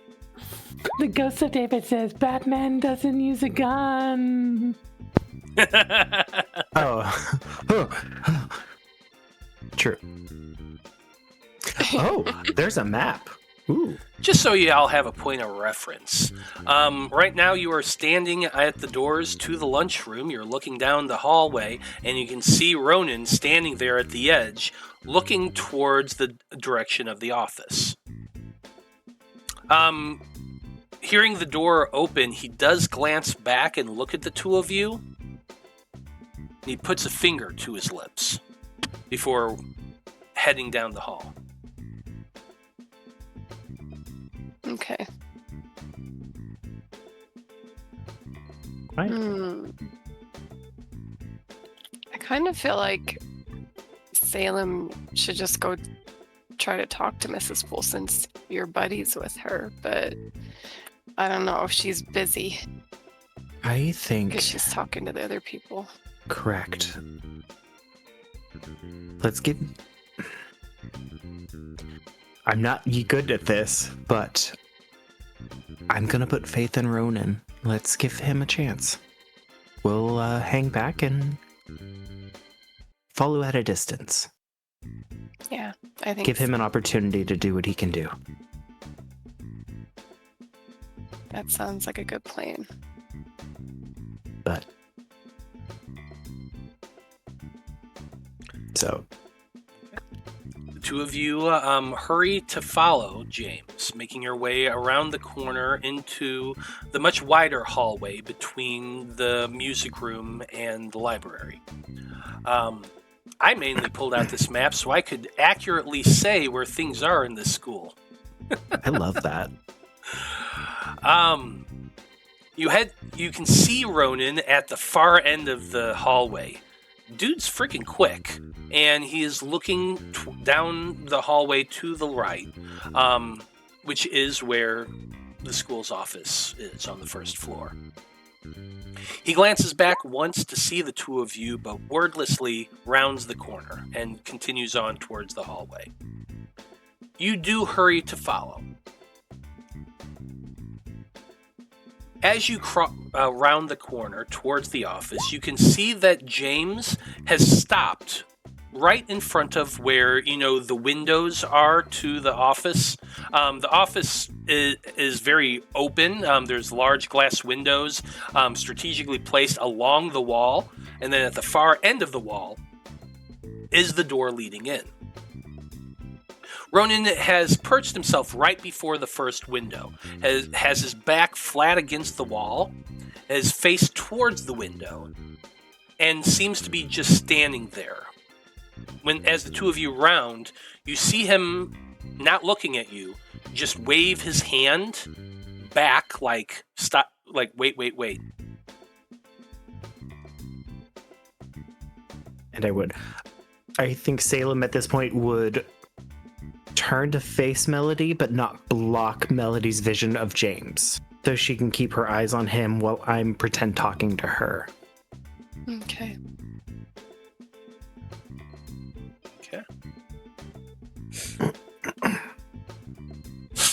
James keeps his head there. He looks back for a moment, puts his finger to his mouth again, and then motions for you to approach. He does not move. Okay, I'll walk over. I'll follow. I trust your eyes. Give me stealth checks, both of you.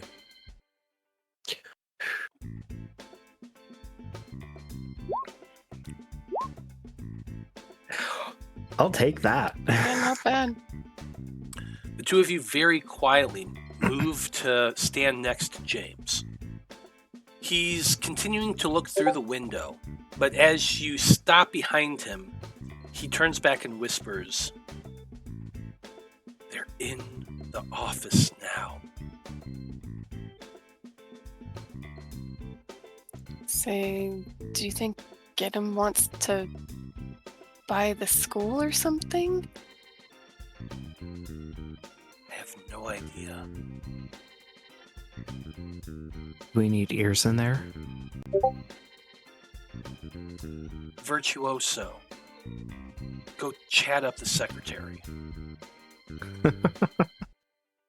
I can do that. I think I got this.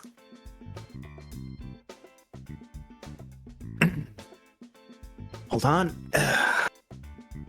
Pretties myself up. All right. Opens the door. Mrs. Poole, how lovely to see. My goodness, your hair is looking phenomenal as always. Did you change your makeup? Because you, my dear, are looking phenomenal today. I feel like I remember describing Mrs. Poole as like a motherly version of Mimi from the Drew Carey Show. Mm-hmm. Big beehive hair, bright red, lots and lots of makeup. She smiles broadly as you approach, and they're speaking to her, Salem. "Oh, Salem, it's so good to see you. Oh, you're always so sweet." As this, and the two of you just start chit-chatting. Mm-hmm. As this is going on, James turns to you, Melody.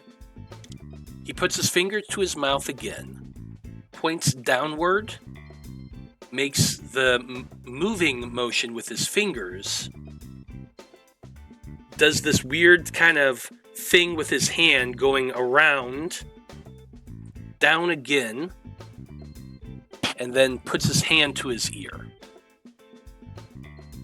at which point he hunkers down really low and begins crawling on all fours down the hallway towards the door. I'm dead fucking serious. That's what he's doing right now.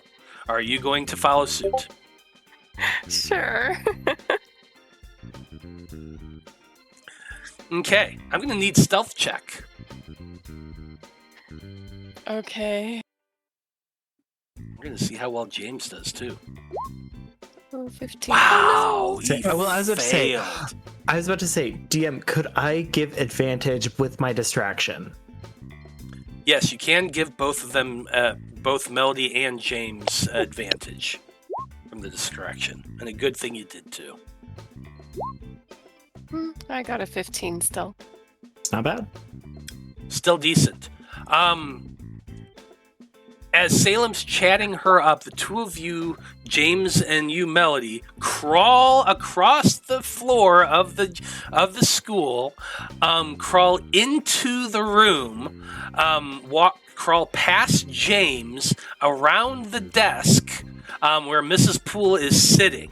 Mrs. Poole is sitting there chatting with James, or with Salem, talking about her makeup regiment right now, and seems to be completely focused on him, which is a good thing, because the area between the desk and the office is very, very open. Now, the thing you notice is that James is going towards the principal, Mr. Vulcan's office, not Vice Principal Priestley's, which is interesting. However, as you're getting close to there, he crawls up to the door and stops and puts his head against it. Give me a perception check. Because you're going to crawl right up next to him and put your head against the door opposite him.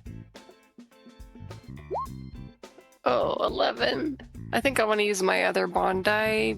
It won't help a lot, but something. Okay. I do have the coin if anybody wants to use it.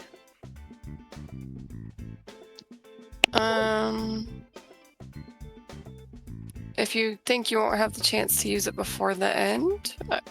It's about half an hour left. You said James is also listening in, though? Yes, James is also listening in right now. Okay. Okay, I'll hold off, I think. I'll just use my bond die. Oh, 14. 14. The voices are muffled. You can hear a little bit of what's being said. What you kind of hear is someone describing something else. It's a masculine voice. And they say approximately... I'm blanking right now. Approximately about 5 foot 7, 5'8", long hair, kind of sandy, blonde, slim, very slim. Was last seen in a Coltrane school uniform. And then something talk. Something about just something trespassing. James also has a kind of, well, let's see what he's able to hear. Okay. James also has a kind of a scowl on his face, like he's not quite sure what's being said. The two of you are kind of listening a little bit more. Then James suddenly looks up, grabs you by the arm, Melody, and pulls you, stepping backwards towards a door that's right behind him. As he's pulling you, he reaches out, grabs the handle, turns it and pulls it open and pulls you bodily into the nurse's office. He basically has to yank you back to do this. I need you to make a dexterity check for me. Okay. Ooh, a 10. He pulls you so hard, Melody, that you kind of tumble forward and he tumbles backwards, and you land on top of him in the nurse's office. He kind of shifts your weight a little bit to kick and kicks the door, which swings closed really, really quickly. Just as a voice is coming from the door you were just listening at, you're hearing, if we have to come back with a slam. And there you find yourself in the dark nurse's office, laying on top of James Ronan. This is not awkward. Yeah. Okay, I quickly get up and say, thanks for rescuing me. Yeah, pushing yourself up, he kind of grunts a little bit, like you pushed on something a little soft. Not that. No, like his belly or something is more what I was saying. But, yeah, no problem. That was... Did you hear all that? Quick question, does Kat have sandy blonde hair? I can't remember. Yeah, she does. I think Kat's is more light brown, correct? Yeah. Okay, That's so maybe they just have darker. the color slightly off. Is it? Oh. Because Aisha has dark hair, right? Aisha has purple hair. Anime Oh, purple. that's right, purple. That's right. Okay. Yeah, and I have black hair, so maybe they just had the color off. Okay, I say, yeah, they were looking for students who were trespassing. It sounded like maybe they could have been describing Kat, but I'm not sure. I would say your friend Salem has more sandy-colored hair.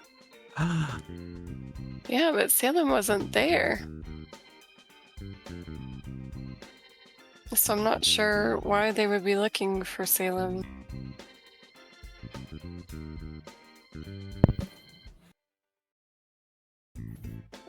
He gets up. You can kind of see like the shape of him moving in the darkness. He goes back over to the door and opens it. Now, Salem, you are talking to Mrs. Poole, and the door opens up, and these two men come walking out along with Mrs. Priestley, or Dr. Priestley, you hear something about come back with a, what did they say? If we have to come back with a court order, we absolutely will. And Dr. Priestley is responding, good luck with that. Now get off my campus, and I better not ever see the two of you here again. The two of them turn and see Mrs. Poole and see you, Salem. And the two of them stop and look at you. One of them turns back and says to Priestley, never mind. Come on. And the two of them walk past you, but as they're walking past you, like, you give me an insight check. 24. The two of them are staring hard at you. And as they pass, one of them looks kind of familiar. Now, you didn't see these individuals with a whole lot of light. It was more of flashlight in your face and silhouettes behind. but there's this vague impression of an individual holding your arm behind your back, pinning you down.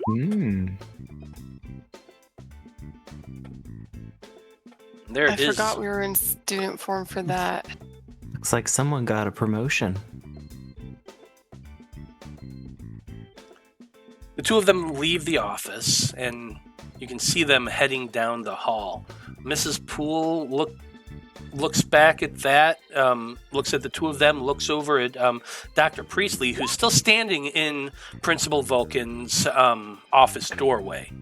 Dr. Priestley looks at Mrs. Poole and says, I need to speak with you for a moment. Mr. Blackwood, why are you here?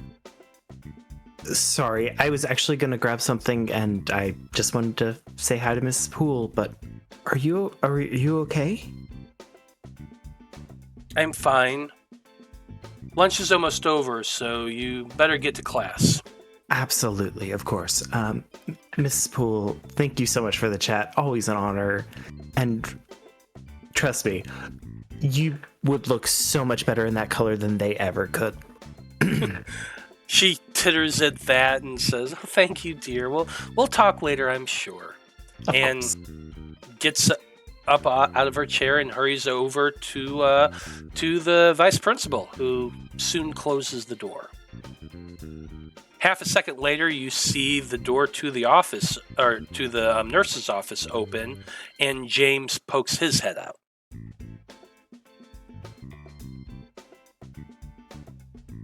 I give him the same kind of treatment he's been giving us, with the quick head nod, get the fuck out. Go. James takes you by the hand, Melody, and kind of pulls you along with him as he walks out of the room. Still holding your hand as he walks over towards Salem. Okay. Let's go. I make note. I don't say anything, but let's go. Let's get out of this office. James is definitely following along. So that was from Indolence Games then, right? When Salem was captured? Oh, when we're alone, absolutely. I think Salem would be like, that was my gentleman caller of the evening from Indolence Games. Still don't appreciate how he handled all that. But yeah, it looks like I'm the one that might need a makeover. James looks over to Melody. Do I know about this one? I don't think so. We kind of broke into Indolence Games one night and investigated it, and all of us were able to get out except Salem. He was captured, and Damian had to go in and rescue him. It's not how it sounds. I kind of stepped in between others getting caught, and I may or may not have kicked some of them in the groin. But yeah, it's fine. Yeah, you helped the rest of us get out, I should say. Thank you.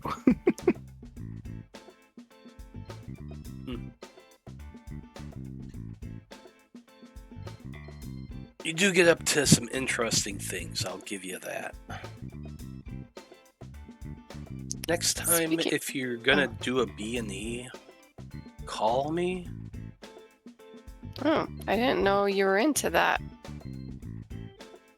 He gives you a smirk as he says, sounds like a fun date. Okay, I can do that. Speaking of which, I remember you said that some of the computer club guys were trying to get you to sign up for the beta testing. Did you decide to do that for Indolence Games? I didn't see a point, but kind of regretting that now. I mean, it's not too late. And if you want to join, I apparently am on a list now. I'll look at Melody and give her a little nod. I say, yeah, when we were there, I typed Salem's name in on the computer for the list of applicants they were going to contact. Wait a minute. You put your name on a list, then got caught, then fought your way free, and now they're here at the school looking for Oh, they don't. Listen, don't think too much into it. I'm trying not to. It's fine. But I do see your point. Well, the list came before the getting caught. I just want to remind you of that. That's true. And you did shut down the computer. You guys are fantastic with computers, by the way. He has a sour expression on his face, and he's opens his mouth to respond, but then the school bell rings. Ding dong, bing bong.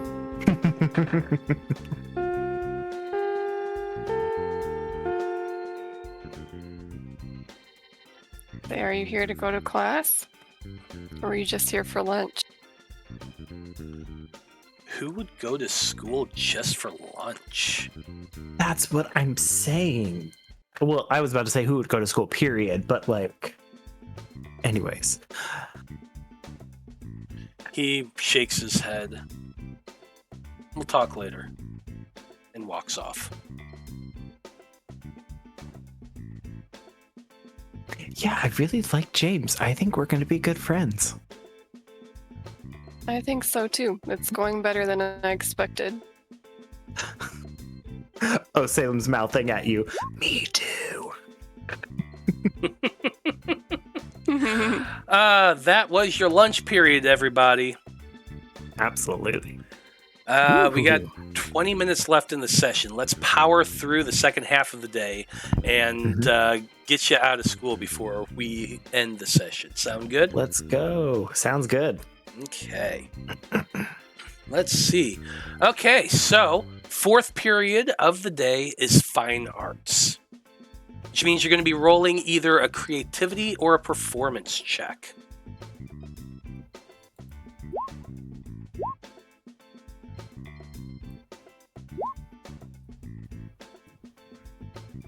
Man, I used all my bond dice and I'm only one off. Oof. Rough. I mean, you did just fall on James. I can't properly play the guitar. Can't properly play the guitar because you're thinking of a dark nurse's office and missed opportunities. So you rolled an 11. Salem, what'd you get? 18. Success. Kat. 12. Success. Aisha. 21. Success. Very nice. Okay. That is fine arts. Fifth period is science, which means you're going to be rolling either a medicine or a STEM check.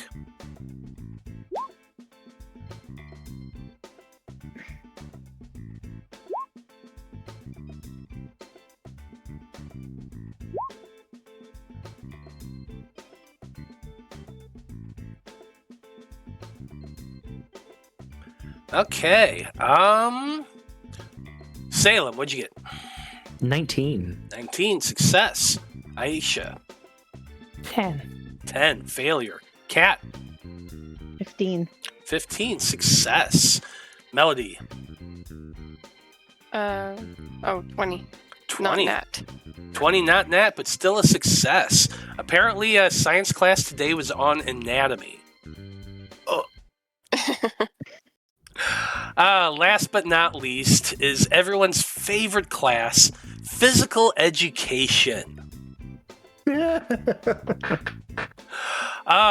Let's get some sweat on before the end of the day. That's always fun. You're going to be rolling either an athletics or coordination check.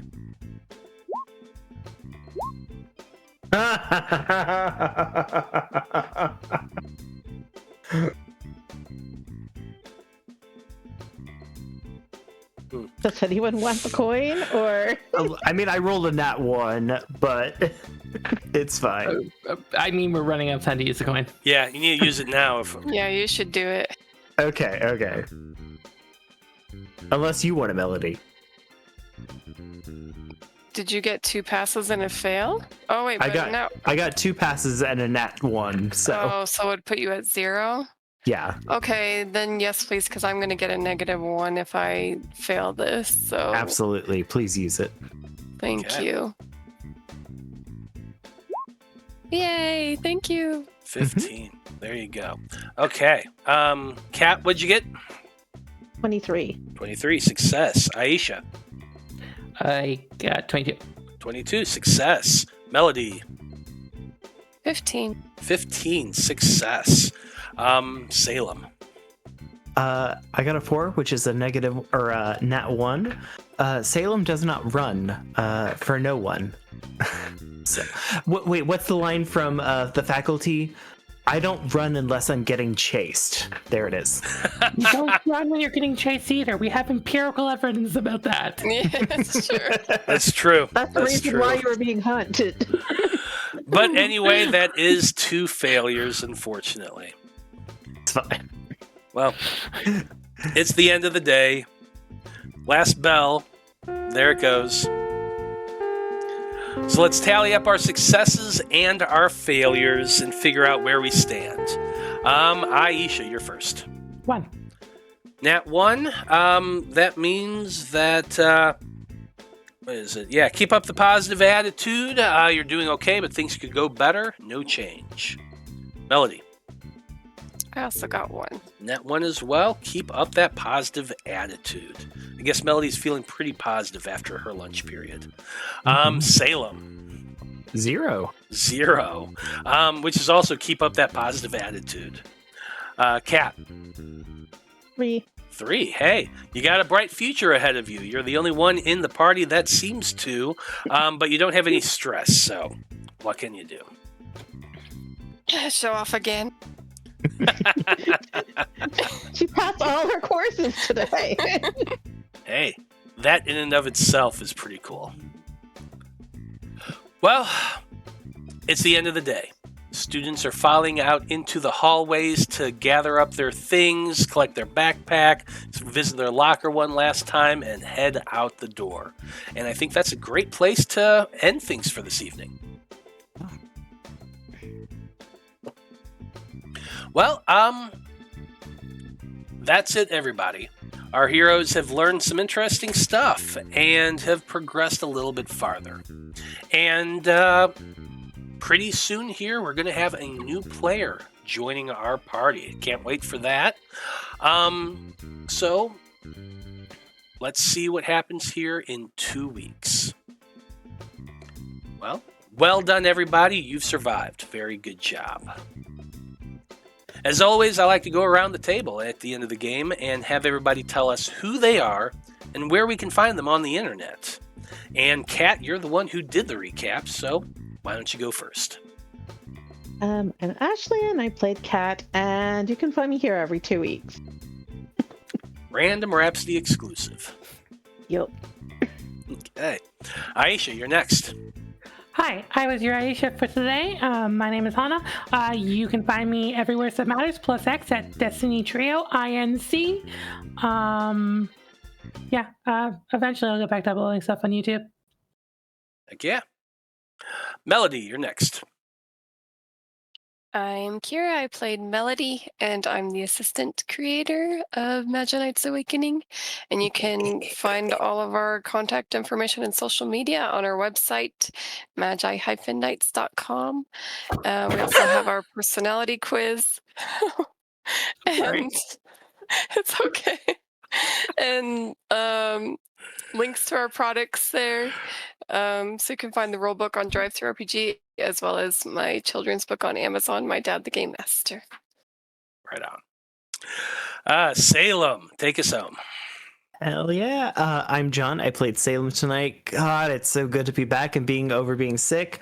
But you can find me here every Monday and Wednesday. On Mondays, or every other Monday and Wednesday. On Mondays, I am in the Aether Tech Wars where I play Draven, champion, and I love my little boy.